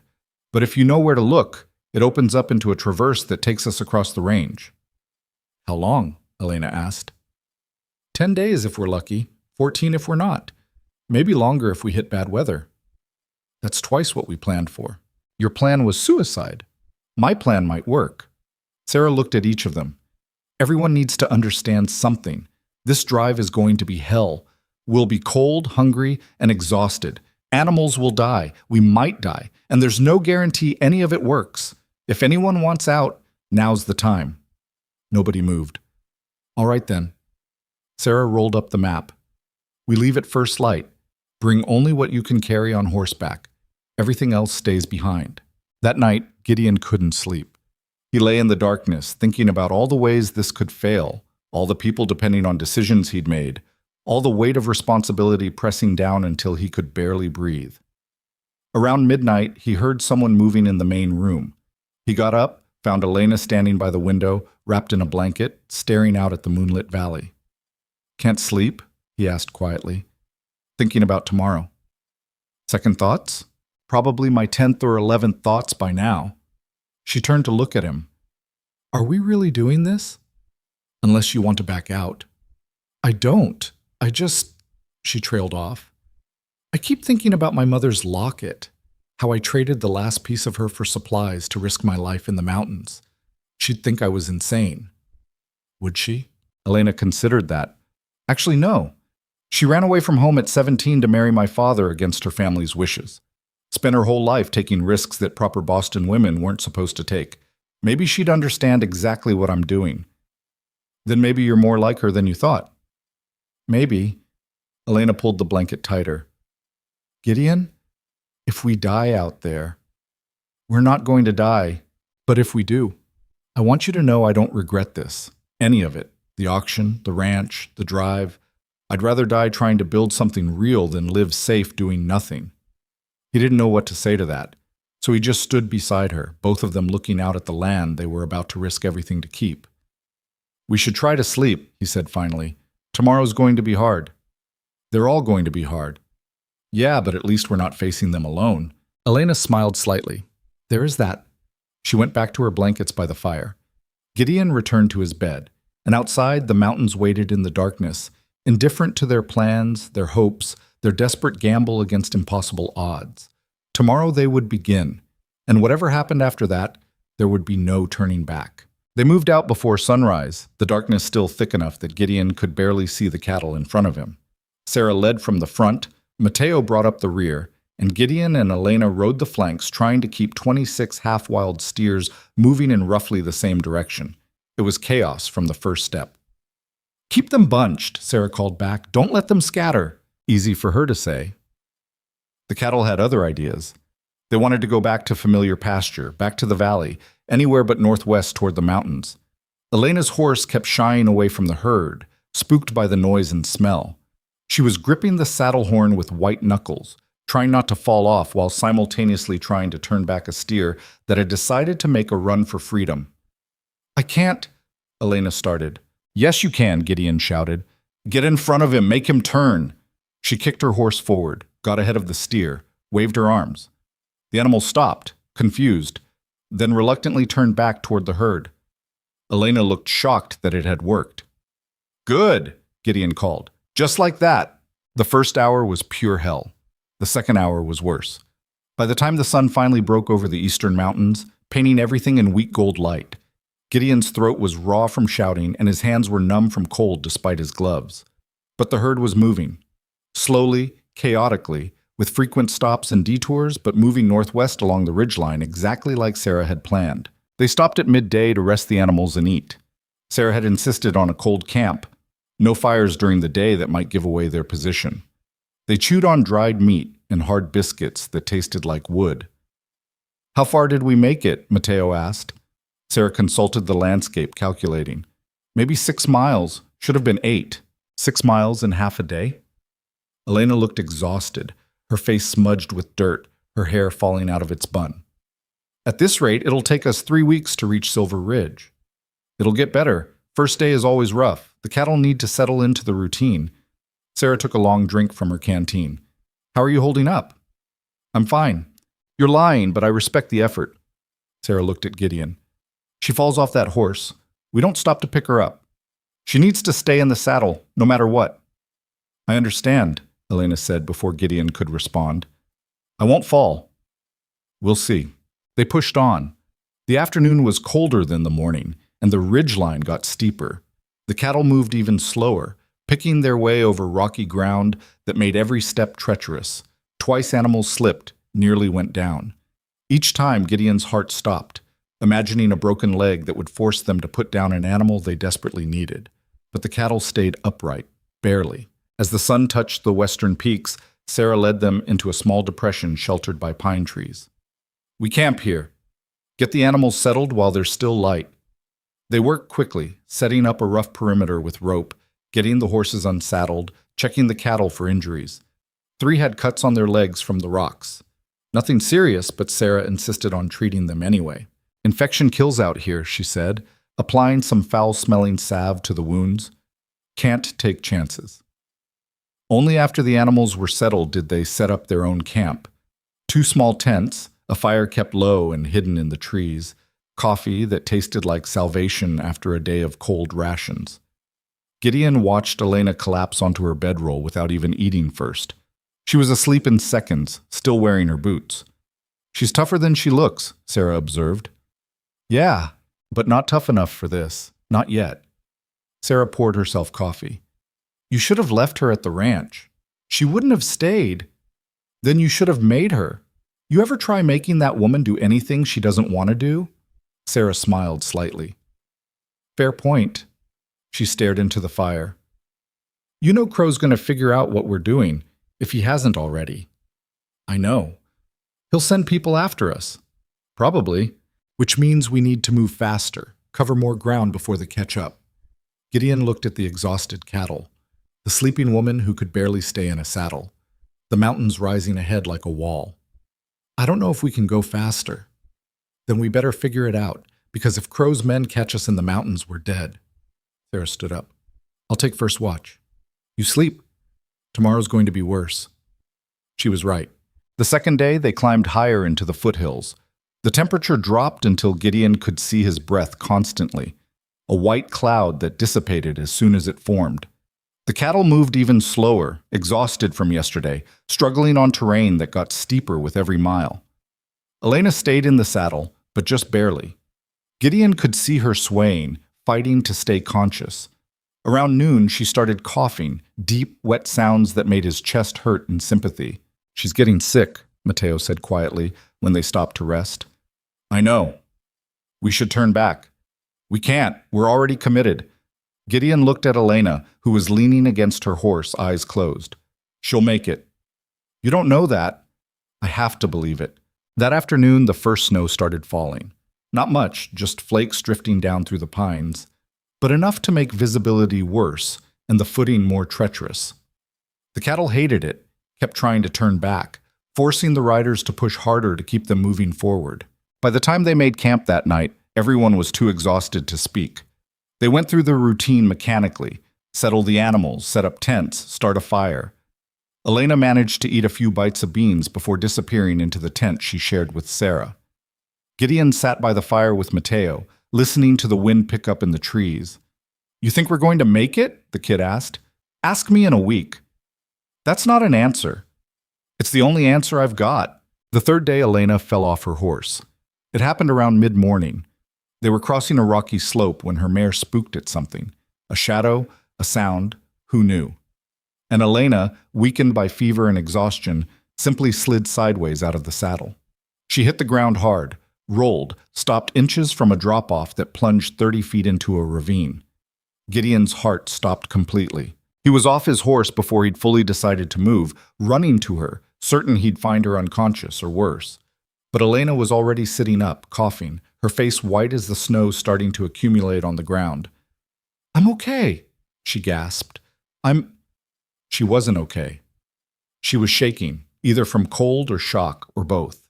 Gideon helped her stand, checked for broken bones. Nothing obvious, but she could barely support her own weight. Sarah rode over, looked down at them with an expression that might have been sympathy if she allowed herself such things. "Can you ride?" Sarah asked. "Yes," Elena said immediately. "Truth." Elena swallowed hard. "I don't know." Sarah exchanged a look with Gideon.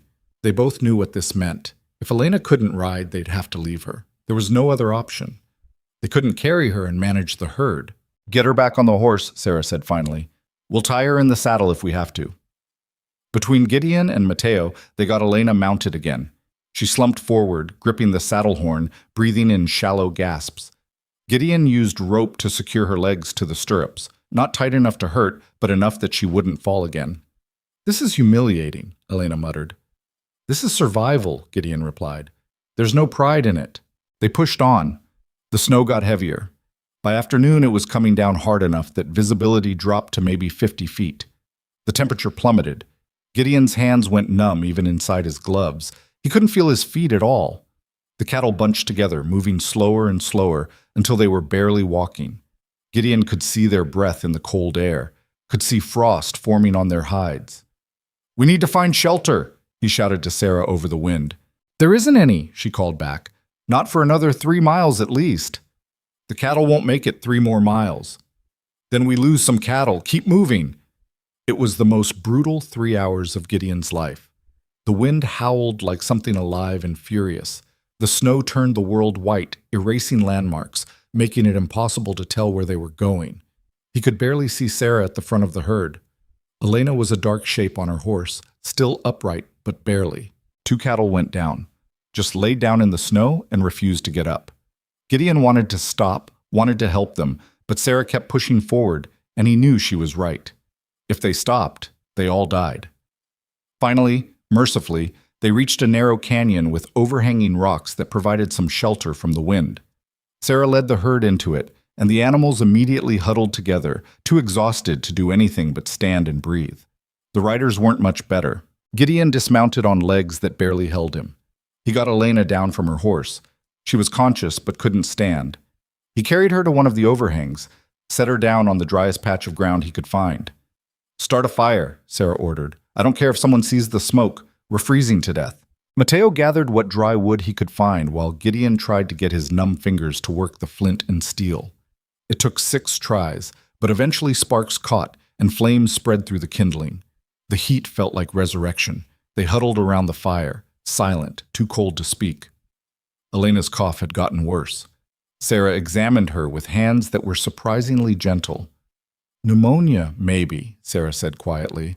"Or just exhaustion and exposure. Hard to say." "What do we do?" Gideon asked. "Keep her warm. Make her drink. Hope her body fights it off." Sarah met his eyes. "And pray the weather clears tomorrow, because we can't stay here long." That night was the worst so far. The temperature dropped below 0. The wind howled through the canyon like demons. The fire kept dying, and they took turns staying awake to feed it, because letting it go out meant death. Elena drifted in and out of consciousness, mumbling words that didn't make sense. Gideon sat beside her, trying to keep her warm with his own body heat, feeling helpless and furious at himself for bringing her into this. Around midnight, she woke up lucid for the first time in hours. "Gideon, I'm here. Are we going to die?" He wanted to lie, to tell her everything would be fine, but he couldn't. "Maybe," he said. "I don't know. I'm sorry." "For what?" "For slowing you down, for being weak, for—" "Stop." He squeezed her hand. "You're not weak. You're the strongest person I know. You've survived things that would have broken most people." "I fell off a horse and got back on. That's what matters." Elena was quiet for a moment. If I don't make it, you're going to make it. But if I don't, tell my story. Tell people I tried. She coughed, winced. Don't let me disappear like I never existed. You're not going to disappear. You're going to survive this, and we're going to make it to Silver Ridge, and we're going to save the ranch. He said it with more confidence than he felt. Because the alternative is unacceptable. She smiled weakly. Unacceptable. I like that. Then she closed her eyes and slept. Gideon stayed awake all night, feeding the fire, listening to her breathe, willing her to keep fighting. The fourth day dawned clear and brutally cold. The storm had passed, leaving everything buried under 2 feet of fresh snow. The cattle looked like snow sculptures, white mounds that barely moved. 2 more had died overnight, frozen where they stood. 22 head left. They'd lost 4 animals in less than 4 days. Sarah assessed the situation with her usual blunt efficiency. We need to move faster. This pace is killing us. Elena can't. I know, but we can't slow down for her. Sarah looked at Gideon. I'm not saying we leave her. I'm saying we need a different plan. What plan? I scout ahead, find the easiest route, mark it clearly. You and Mateo drive the herd. Elena rides between you where you can watch her. We cover more ground in less time. And if we run into trouble without you there? Then you handle it. You're not helpless, Mercer. Stop acting like you need me to hold your hand. She was gone before he could argue, riding ahead on her horse, disappearing into the snow-covered landscape like smoke. That left Gideon, Mateo, and Elena to manage 22 cattle through terrain that seemed designed to kill them. But somehow, it worked. Sarah had marked the trail with broken branches and piled rocks, creating a path that was actually followable. The cattle moved better without constant pressure from 4 riders. And Elena, though still feverish, managed to stay conscious and in the saddle. They covered 12 miles that day, more than they'd managed in the previous 3 combined. That night, when Sarah returned to camp, she looked satisfied. We're through the worst of the climbing. Tomorrow we start the traverse across the range. It's exposed, but it's flatter. We can move faster. How much faster? Gideon asked. If we push hard, we could make Silver Ridge in 6 more days. 6 days. Gideon tried to imagine Elena lasting 6 more days in her condition, tried to imagine any of them lasting 6 more days. Then we push hard, he said. The next 3 days blurred together in a haze of cold, exhaustion, and stubborn forward motion. They drove the cattle harder than was safe, covering 15 to 18 miles a day, stopping only when darkness made travel impossible. Elena's fever broke on the 6th day, and though she was still weak, she could at least sit her horse without being tied in the saddle. They lost 2 more cattle, 1 to a fall, 1 to wolves that attacked in the night, despite Sarah's best efforts to keep them at bay. 20 animals left. Barely enough to make the economics work, but still a herd worth driving. On the 8th day, they crested a ridge and saw something that made Gideon's blood run cold. Riders. 3 of them, coming from the east, moving fast. Crow's men, Sarah said flatly. Had to happen eventually. How far back are they? Maybe 2 hours. They're moving faster than us because they don't have cattle to manage. Can we outrun them? No. But we can outthink them. Sarah pointed to a narrow defile ahead. We push the herd through there, then double back and set up an ambush. Make them think twice about following us. Or we could try talking to them, Elena suggested weakly. Both Sarah and Gideon looked at her like she'd suggested growing wings and flying. These aren't reasonable men, Sarah said. They work for Crow. They're here to stop us by any means necessary. Then we stop them first, Mateo said, checking his rifle. They drove the herd through the defile, then Sarah, Gideon, and Mateo positioned themselves on the high ground above the narrow passage. Elena stayed with the cattle, too weak to fight, but strong enough to keep them moving if things went bad. The 3 riders appeared an hour later, moving cautiously now, aware they were in dangerous terrain. Gideon recognized one of them, Pike, Crow's foreman, the thick-shouldered man from the stockyard. The other 2 were strangers, but they had the look of hired guns. Sarah fired first, a shot that kicked up snow 5 feet in front of Pike's horse. The animal reared, nearly throwing him. That's far enough, Sarah called down. Next shot won't miss. Pike got his horse under control, looked up at their position. We're not here to fight, Mercer. Just want to talk. Talk from there, Gideon shouted back. Mr. Crow wants to make you an offer. I'm not interested. You should be. He'll pay you twice what you'd get in Silver Ridge. Right here, right now, you can end this and go home with money in your pocket." Gideon hesitated. It was tempting. He couldn't deny that. They were cold, exhausted, barely holding on. Taking Crow's money would mean ending this nightmare, but it would also mean losing the ranch. Crow didn't make offers out of generosity. Whatever he paid would come with strings that would strangle them. "No deal," Gideon called. "Turn around and go back." Pike's expression hardened. "Mr. Crow thought you might say that. He also said to tell you that if you don't take his offer, he'll foreclose on your ranch before you even get back. You're making this drive for nothing, Mercer. The ranch is already gone." The words hit like a physical blow. Gideon felt something crack inside his chest. "He's lying!" Elena called up from below, her voice rough but certain. "Crow can't foreclose until the payment is due. He's trying to break you." Pike heard her, smiled coldly. The $2 bride giving legal advice. That's rich. "Miss Vale, you should have stayed in Boston. You're going to die out here for a man who can't even pay his debts." "Maybe," Elena called back, "but at least I'll die free. You'll die being Crow's dog." Pike's face went red. He reached for his rifle. Sarah shot the hat off his head. The sound echoed through the defile like thunder. Pike's horse bolted, and the other two riders fought to control their own mounts. When they got themselves sorted out, Sarah had her rifle trained on Pike's chest. "Next one goes through your heart," she said calmly. "Turn around. Ride back to Crow. Tell him if he sends anyone else after us, I'll kill them. Then I'll come to Copper Falls and kill him." "You can't. I'm half Crow. You think any court would convict me for killing a white man who attacked us first? They'd probably give me a medal." Pike stared at her, calculating odds, and apparently decided they weren't in his favor. "This isn't over. It is for today. Ride." The three men turned their horses and headed back east, moving fast, glancing over their shoulders like they expected bullets to follow. When they were gone, Gideon let out a breath he hadn't realized he was holding. "That was close," Mateo said. "That was stupid," Sarah corrected. "I just threatened a powerful man's employees. He'll send more people. Better people." "Then we move faster." Gideon stood up, started down toward the herd. "We don't stop except to sleep. We drive these cattle until we hit Silver Ridge or drop dead trying." "That's the spirit," Sarah said dryly. "Inspirational." But she was smiling slightly as she followed him down. The last 3 days were a race against time and exhaustion.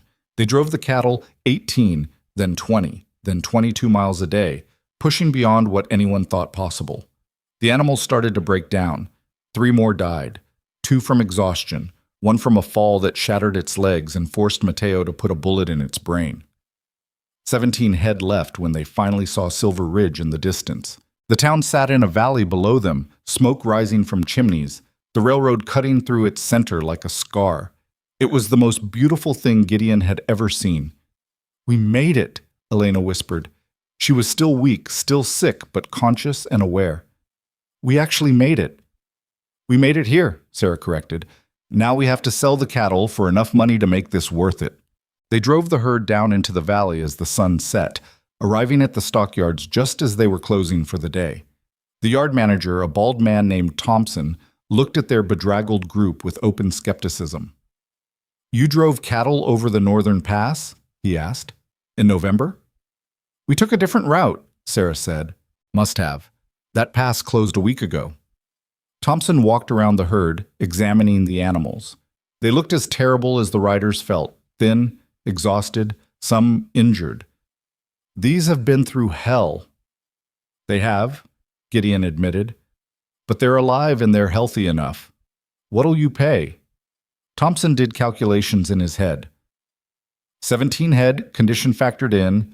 "I'll give you $12 each, $204 total." Gideon's heart sank. It wasn't enough. Not nearly enough. But Elena stepped forward. "These animals survived a 2-week mountain crossing in winter. That means they're tough. Tougher than anything you'll buy from the regular drives. They'll survive hard winters, resist disease, breed strong calves. That's worth more than $12. Thompson looked at her with new interest. "You make a good point, ma'am, but I still can't justify more than $20 a head," Elena said firmly. $340 total. And that's a bargain considering what these animals represent. That's highway robbery. That's fair value for premium stock. Elena pulled out a piece of paper, started writing numbers. Look at the mortality rate. We started with 26 animals, lost 9. That's 65% survival through conditions that would have killed 90% of normal cattle. The ones that made it are exceptional. You know it, we know it, and every rancher who buys from you will know it when these animals thrive where others fail. Thompson stared at her. You sound like a cattle broker.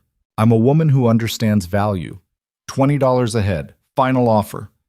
Thompson looked at the cattle, looked at Elena's determined face, looked at Gideon. Your wife is terrifying, he said. I know. $18, that's as high as I can go. Elena glanced at Gideon. He nodded. It was more than they'd hoped for when they started. $306. Enough to make the payment to Crow with money left over. Deal, Elena said. They signed the papers, took the cash, and walked out of the stockyard into the cold Silver Ridge evening. All 4 of them were too exhausted to celebrate. They just stood there, holding money that had cost them everything to earn. We did it, Mateo said quietly. We actually did it. Yeah, Gideon replied. We did. Sarah counted out her share, $50 flat plus 10% of the profit. This is the craziest thing I've ever done, and I once stole horses from an army fort. You did what? Elena asked. Long story. I'll tell you sometime. Sarah pocketed the money. You folks heading back to Copper Falls? Eventually, Gideon said. First we need to rest, and eat, and sleep for about 3 days. Smart. Sarah extended her hand to Gideon, then to Elena. It's been an honor surviving with you. You're not coming back with us? Elena asked. No point. I'm not welcome in Copper Falls, and I've got no reason to go back. She smiled slightly. Besides, I think you 3 can handle Crow without me. She mounted her horse, tipped her hat, and rode off into the gathering darkness. Gideon watched her go, then turned to Elena and Mateo. Let's find a hotel. A real bed sounds like heaven right now. They found rooms at the Silver Ridge Inn, paid for hot baths and real food, collapsed into actual beds with real mattresses. Gideon fell asleep instantly and didn't wake for 16 hours straight. When he finally emerged, Elena was sitting in the hotel dining room drinking coffee and looking almost human again. Her fever was gone, color had returned to her face, and she'd changed into clean clothes they'd bought with some of their earnings. Morning, she said. Is it morning? Afternoon, actually. You slept through breakfast and lunch. Gideon sat down heavily. Where's Mateo? Sleeping still. I think he's trying to hibernate until spring. Elena pushed a plate of eggs and bacon toward him. Eat. You look like death. The food tasted incredible. Gideon couldn't remember the last time he'd eaten something that wasn't dried meat or beans cooked over a campfire. We need to head back soon, he said between bites, before Crow does something else. I know, but not today. Today we rest. Elena looked out the window at Silver Ridge going about its business. Tomorrow we can start the war again. Tomorrow came too quickly. They left Silver Ridge at dawn, riding east toward Copper Falls with $306 and the grim determination of people who'd survived the impossible. The ride home took 4 days, and every mile Gideon expected to see Crow's men waiting to ambush them. But the road stayed clear. When they finally rode into Copper Falls, the town went quiet. People stopped what they were doing to stare. The $2 bride and her desperate husband had survived. Against all odds, against all logic, they'd made it back. Gideon went straight to the bank, walked in covered in trail dust, and slammed $200 on the desk in front of the banker, a nervous man named Harrison who looked like he'd rather be anywhere else. Payment on the Crow loan, Gideon said. That covers this month and next. Harrison counted the money with shaking hands. Mr. Mercer, I should inform you that Mr. Crow has expressed interest in calling all your loans. He can express all he wants. The contract says I have until the due date. This payment is early. Record it. Harrison hesitated, then stamped the payment received. Yes, sir. Gideon took the receipt, walked out of the bank, and found Crow waiting on the street. The man looked furious. You should be dead. Sorry to disappoint. That drive was suicide. The weather, the terrain, we managed. Gideon stepped closer. And now I've made my payment. The ranch stays mine. Crow's expression shifted into something uglier. For now. But winter's just starting, Mercer. You'll need more money for supplies, for feed, for 100 other things. You'll come crawling back to me before spring. Maybe. Or maybe I'm done borrowing from predators. Gideon turned to walk away, then stopped.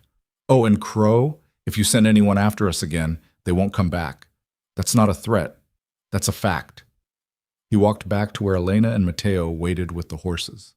They rode out of town together, heading toward the ranch, toward whatever came next. The future was still uncertain. The debts were still crushing. Winter was still coming. But for the first time in years, Gideon felt something he'd almost forgotten. Hope.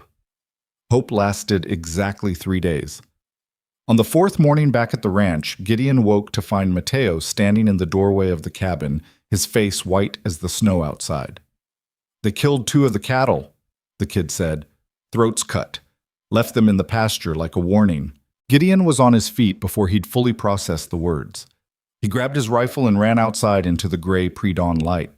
Elena followed, still pulling on her coat. The 2 dead steers lay in the snow exactly where Mateo had said, their blood dark against the white ground. Clean cuts, professional work. This wasn't wolves or disease. This was murder. Crow, Elena said quietly. Yeah. Gideon studied the scene, looking for tracks, finding boot prints that led away toward the eastern ridge. 2 men, maybe 3.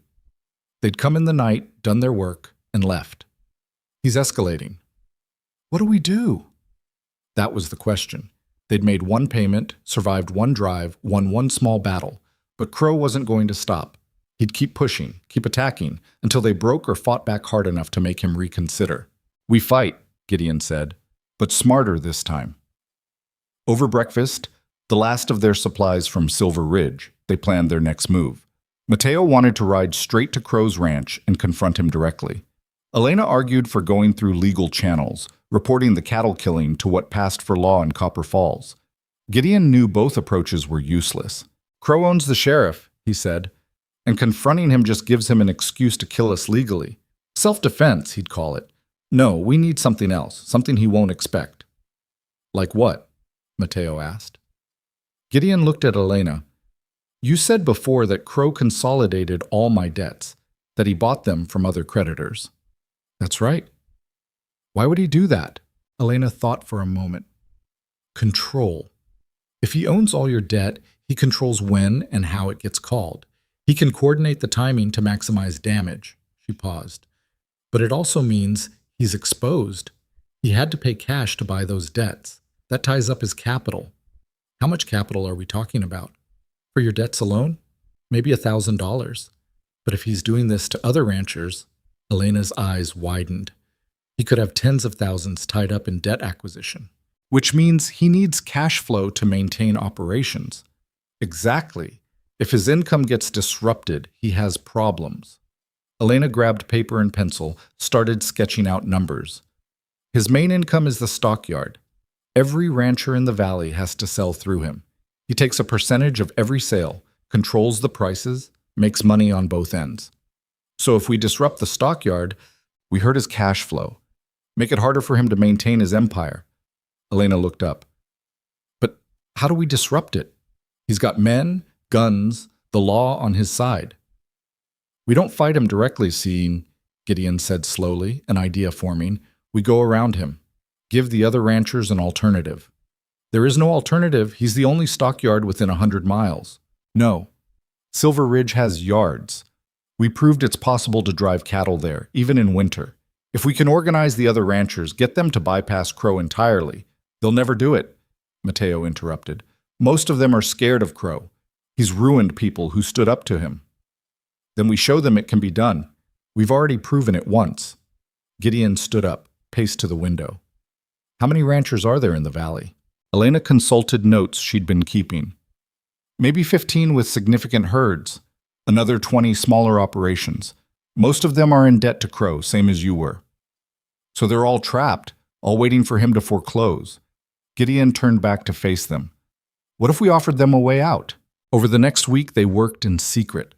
Gideon rode to neighboring ranches under cover of darkness, meeting with men he'd known for years, men who were as desperate as he'd been.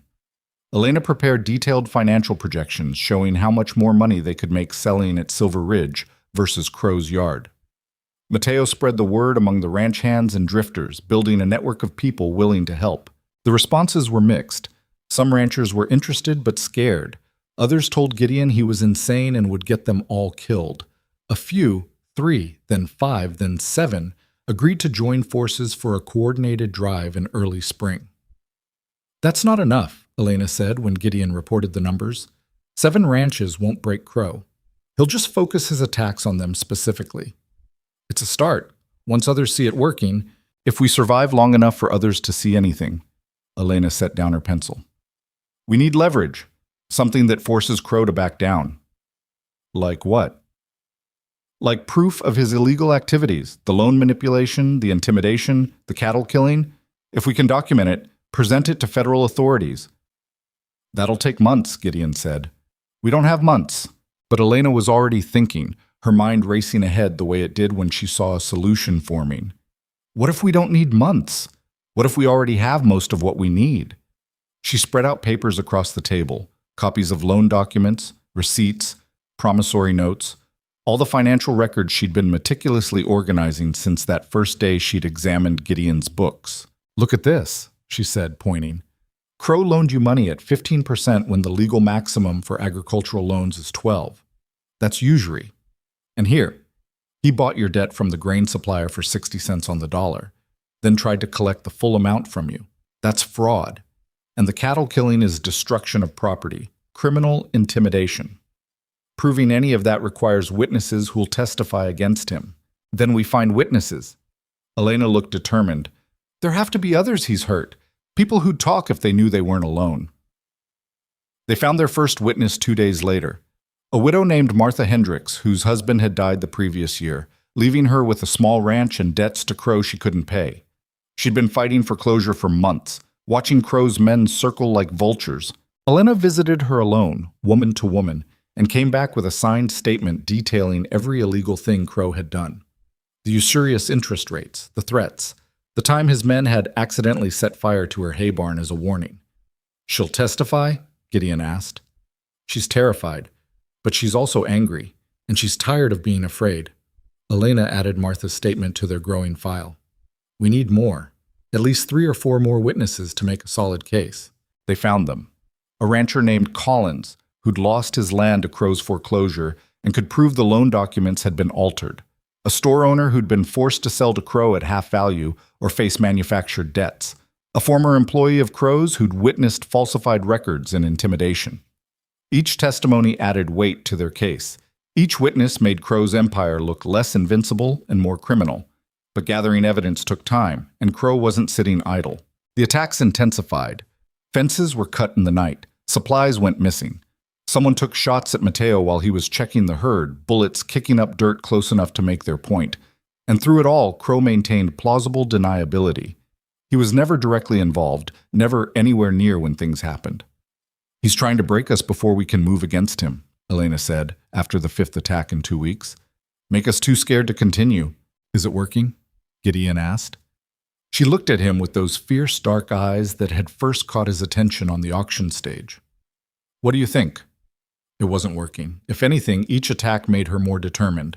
In late December, with their case as strong as they could make it, Elena insisted on one final step before they took everything to the federal marshal. We give Crow a chance to settle, she said. Are you insane? Mateo looked at her like she'd suggested jumping off a cliff. He'll kill us. He'll try. But if we approach this right, we might avoid bloodshed. Elena organized the documents into neat folders. We meet him in a public place, lay out everything we have, and give him a choice. He can forgive the debts of everyone involved and leave the valley, or we hand this evidence to federal authorities and he goes to prison. He'll choose prison before he chooses leaving, Gideon said. Men like Crow don't give up power. Then we'll have tried. And when we turn him in, we can say we offered a peaceful resolution. Elena met his eyes. I'm tired of wondering when the next attack is coming. Let's force the confrontation on our terms. They arranged the meeting through a third party, suggesting the hotel dining room in Copper Falls on neutral ground with witnesses present. To Gideon's surprise, Crow agreed. The dining room was packed when they arrived. Word had spread, and half the town showed up to watch the confrontation. Gideon, Elena, and Mateo sat at one table. Crow sat across from them with his lawyer, a slick man named Pemberton who smiled too much. Elena laid out the folders methodically, speaking in a clear, calm voice that carried across the silent room. We have documentation of 15 instances of usury, 8 cases of fraud, 6 incidents of criminal intimidation, and 2 counts of property destruction. We have signed statements from 12 witnesses. We have physical evidence, and we have the legal standing to bring charges in federal court. She pushed the main folder across the table. That's what we have on you, Mr. Crow. Crow didn't even look at the documents. You think you can threaten me? I'm not threatening. I'm offering a resolution. Elena's voice stayed steady. You forgive all debts held against the ranchers listed here. You sell your stockyard operations to a neutral third party. You leave Copper Falls within 60 days. In exchange, we don't file criminal charges. The room was dead silent. Crow finally smiled. Or what? You take your little collection of lies to a federal marshal who's 300 miles away? Assuming you survive the trip, assuming he believes you, assuming anything comes of it, which it won't because I own half the territorial government, what exactly do you think happens? You go to prison, Elena said simply. No. Crow leaned forward. What happens is you disappear, all of you. Accidents happen on the frontier, people die, and life goes on. You're threatening us in front of 50 witnesses, Gideon said. I'm stating facts. The frontier is dangerous. Everyone knows that. Crow stood up. Here's my counteroffer. You burn those documents, drop this ridiculous crusade, and I might let you keep your pathetic ranch. For a while. Until I decide otherwise. Elena didn't move. That's not acceptable. Then we're done here. Crow put on his hat. Enjoy the rest of your very short lives. He walked out. Pemberton followed, looking nervous. The room erupted in whispered conversations. Well, Mateo said quietly, that went about as expected. He's going to come after us hard now, Gideon said. We need to move fast. They rode out immediately, heading toward the territorial capital where the federal marshal's office was located. It was a 3-day ride in good weather. In late December, with snow covering the roads, it took 5 days of brutal travel. The marshal, a weathered man named Clayton, listened to their story with the patient skepticism of someone who'd heard 1,000 complaints about powerful men. But when Elena presented the documents, his expression shifted. This is substantial, he said, flipping through page after page of evidence. If even half of this is true, it's all true, Elena said. We have witnesses ready to testify. Clayton was quiet for a long moment. You understand what you're asking. Going after someone like Crow means a long investigation, a trial that could take months. During that time, he's free to retaliate. We understand. And you're willing to accept the consequences? We're already living the consequences of doing nothing, Gideon said. This way, at least we're fighting back. Clayton nodded slowly. All right. I'll open an investigation, but you need to know these things move slowly. The law is patient. Crow won't be. How long before you can arrest him? Weeks, minimum. I need to verify witnesses, gather additional evidence, build an airtight case. If I move too fast and he gets acquitted, he's untouchable. Clayton looked at them seriously. Can you survive a few more weeks? We'll have to, Elena said. They rode back to Copper Falls, not knowing if they'd live long enough to see justice done. The journey home was tense, every shadow potentially hiding Crow's men, every sound possibly a threat. But they made it back to the ranch without incident. The waiting was worse than the drive had been. Every day brought the possibility of attack. They took turns standing watch at night. They moved the remaining cattle to pasture closer to the cabin where they could be defended. They slept in shifts and jumped at every sound. 2 weeks passed, then 3. Finally, in mid-January, Marshal Clayton arrived in Copper Falls with federal deputies and a warrant for Victor Crow's arrest. Gideon heard about it from Webb at the general store, who'd witnessed the whole thing. Crow had been at his ranch when the marshals arrived. He tried to buy them off, then threatened them, then finally attempted to run. They'd caught him before he made it a mile and dragged him back in chains. The whole town watched, Webb said, barely containing his excitement. Crow screaming about illegal arrest, the marshals reading charges that must have taken 10 minutes. Fraud, usury, extortion, conspiracy, criminal intimidation. Half the town was cheering. And the other half? Elena asked, looking nervous. A lot of people profited from Crow's business. They're wondering if they're next. The trial took place in the territorial capital in February. Gideon, Elena, and the other witnesses traveled there to testify. It lasted 3 weeks, with lawyers arguing over every detail, every document, every statement. But the evidence was overwhelming. Witness after witness described Crow's predatory practices.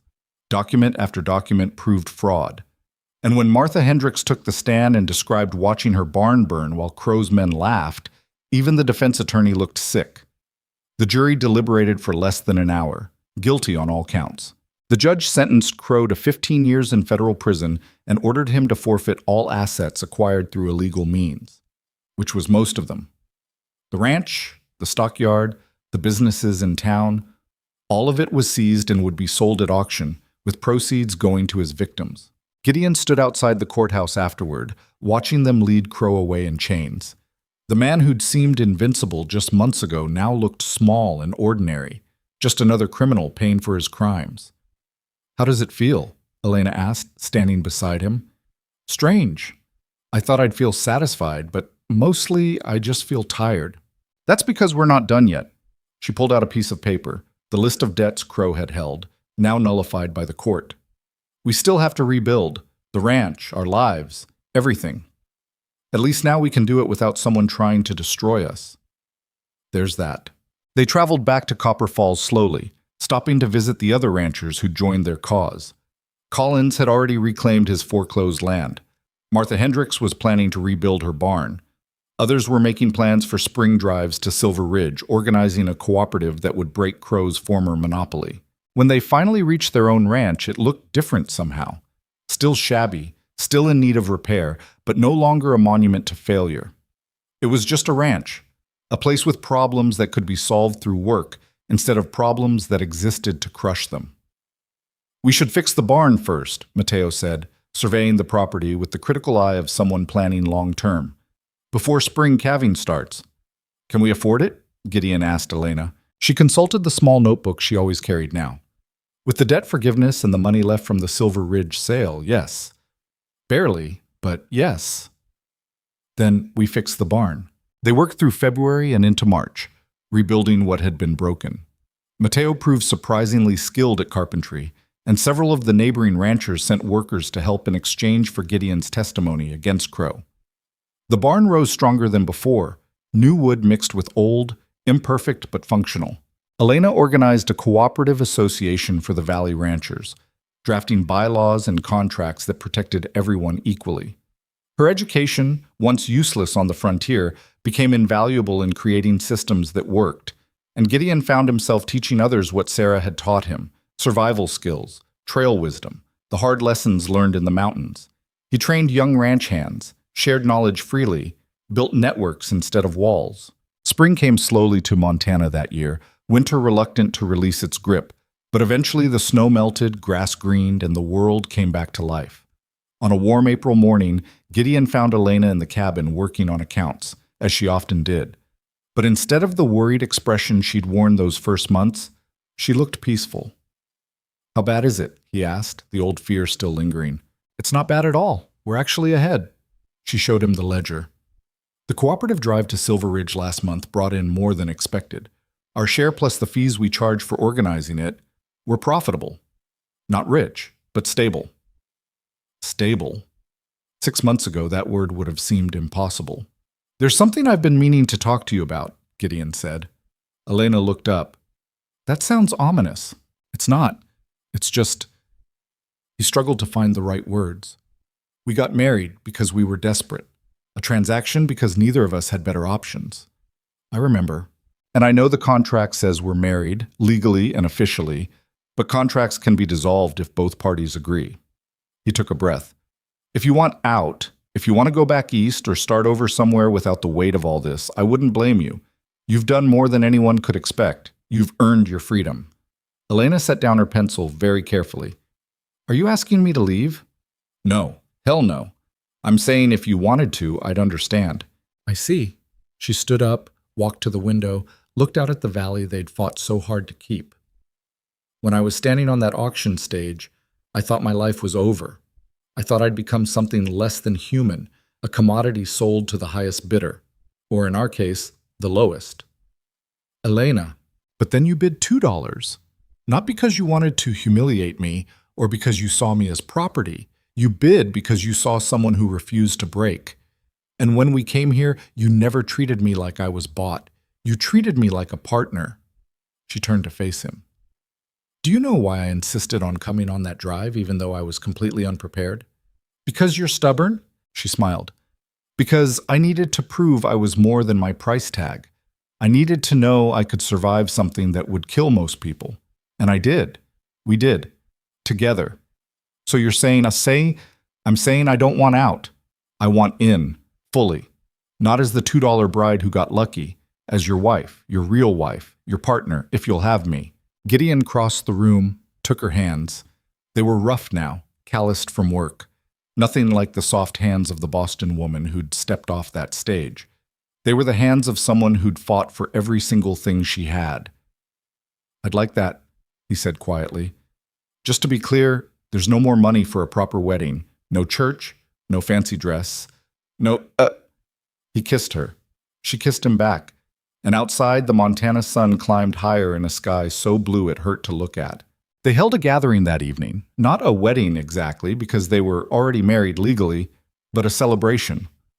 The neighboring ranchers came, the people who'd fought beside them against Crow. Martha Hendricks brought bread she'd baked. Collins brought whiskey that was probably illegal. Mateo organized a bonfire that got slightly out of control before he got it under control.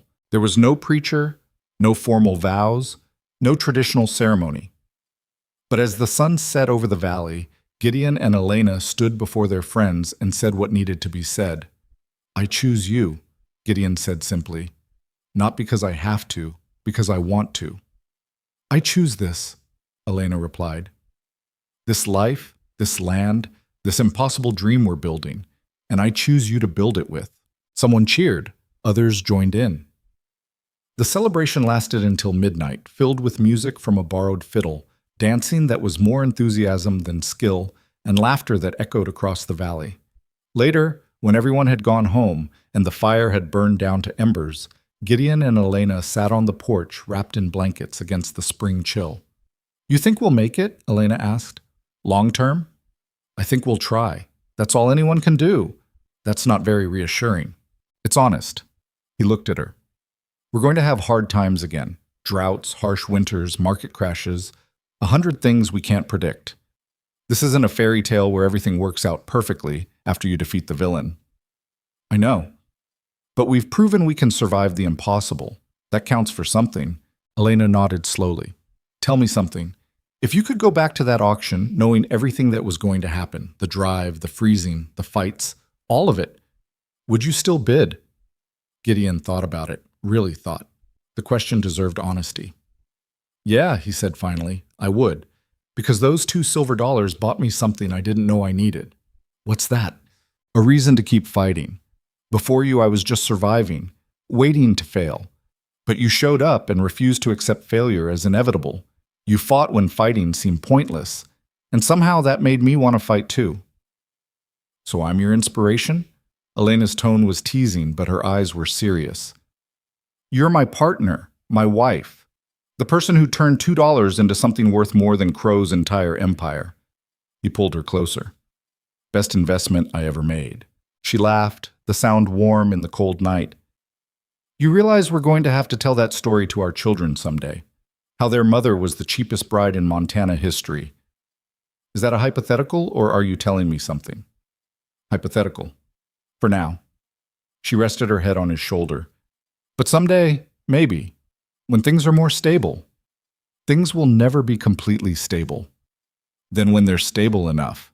They sat in comfortable silence, watching stars emerge in the darkening sky. In the valley below, a coyote called. Another answered. Life continuing its ancient patterns, indifferent to human struggles. Somewhere in a federal prison, Victor Crow was learning that empires built on fear always collapse eventually. Somewhere in the mountains, Sarah Kills Three Crows was probably stealing someone's horses or surviving in ways that would terrify civilized people. Somewhere in the barn, Mateo was sleeping the deep sleep of the young who still believed they were invincible. And here on this porch, two people who'd started as strangers bound by desperation had become something else entirely. Something neither of them had words for, but both understood completely. The frontier had a way of stripping everything down to essentials. Out here, you learned fast what mattered and what didn't. Money mattered less than resilience, status mattered less than skill, and marriage licenses mattered less than the daily choice to stand beside someone when standing alone would be easier. "I love you," Elena said quietly. "I probably should have mentioned that earlier." "I love you too. Also should have mentioned it. We're terrible at this. We're learning." Winter returned the following year, and the year after that, each one teaching new lessons about survival and adaptation. The ranch prospered slowly, adding cattle carefully, building infrastructure piece by piece. The cooperative flourished, bringing fair prices to ranchers who'd been exploited for years. Gideon and Elena had 3 children over the next decade, 2 boys and a girl, all of them growing up tough and capable in a land that demanded both. They heard the story of the $2 bride until they could recite it themselves, usually while rolling their eyes at their parents' sentimentality. Mateo married Martha Hendrick's daughter and started his own ranch north of Gideon's. He became one of the best trail bosses in the territory, leading drives to Silver Ridge and beyond with the same fearless competence he'd shown on that first impossible journey. Sarah appeared occasionally, riding in like a ghost, staying a few days, then disappearing back into the wilderness. She never explained where she went or what she did, and nobody asked. Some questions didn't need answers. Years later, when a traveling journalist came through, asking about the transformation of Copper Falls from Crow's dictatorship to a thriving cooperative community, Elena told the story with characteristic precision. "We didn't set out to change anything," she said. "We were just trying to survive. But survival required standing up to someone who'd gotten used to people bowing down. And once one person stands up, others find the courage to do the same." "So you'd call it a victory?" the journalist asked. Elena considered the question. "I'd call it a beginning. We didn't defeat evil or transform the frontier. We solved one specific problem in one specific place. The work of building something sustainable continues every day." "And the famous $2 marriage? How would you describe that?" Elena smiled. "As proof that value and price are different things. Crow measured everything by what it cost. We learned to measure things by what they're worth."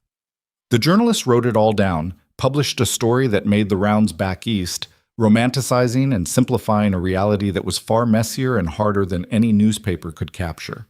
But the core truth survived the embellishment. Sometimes the most desperate gambles become the most meaningful victories. Sometimes the worst circumstances forge the strongest bonds.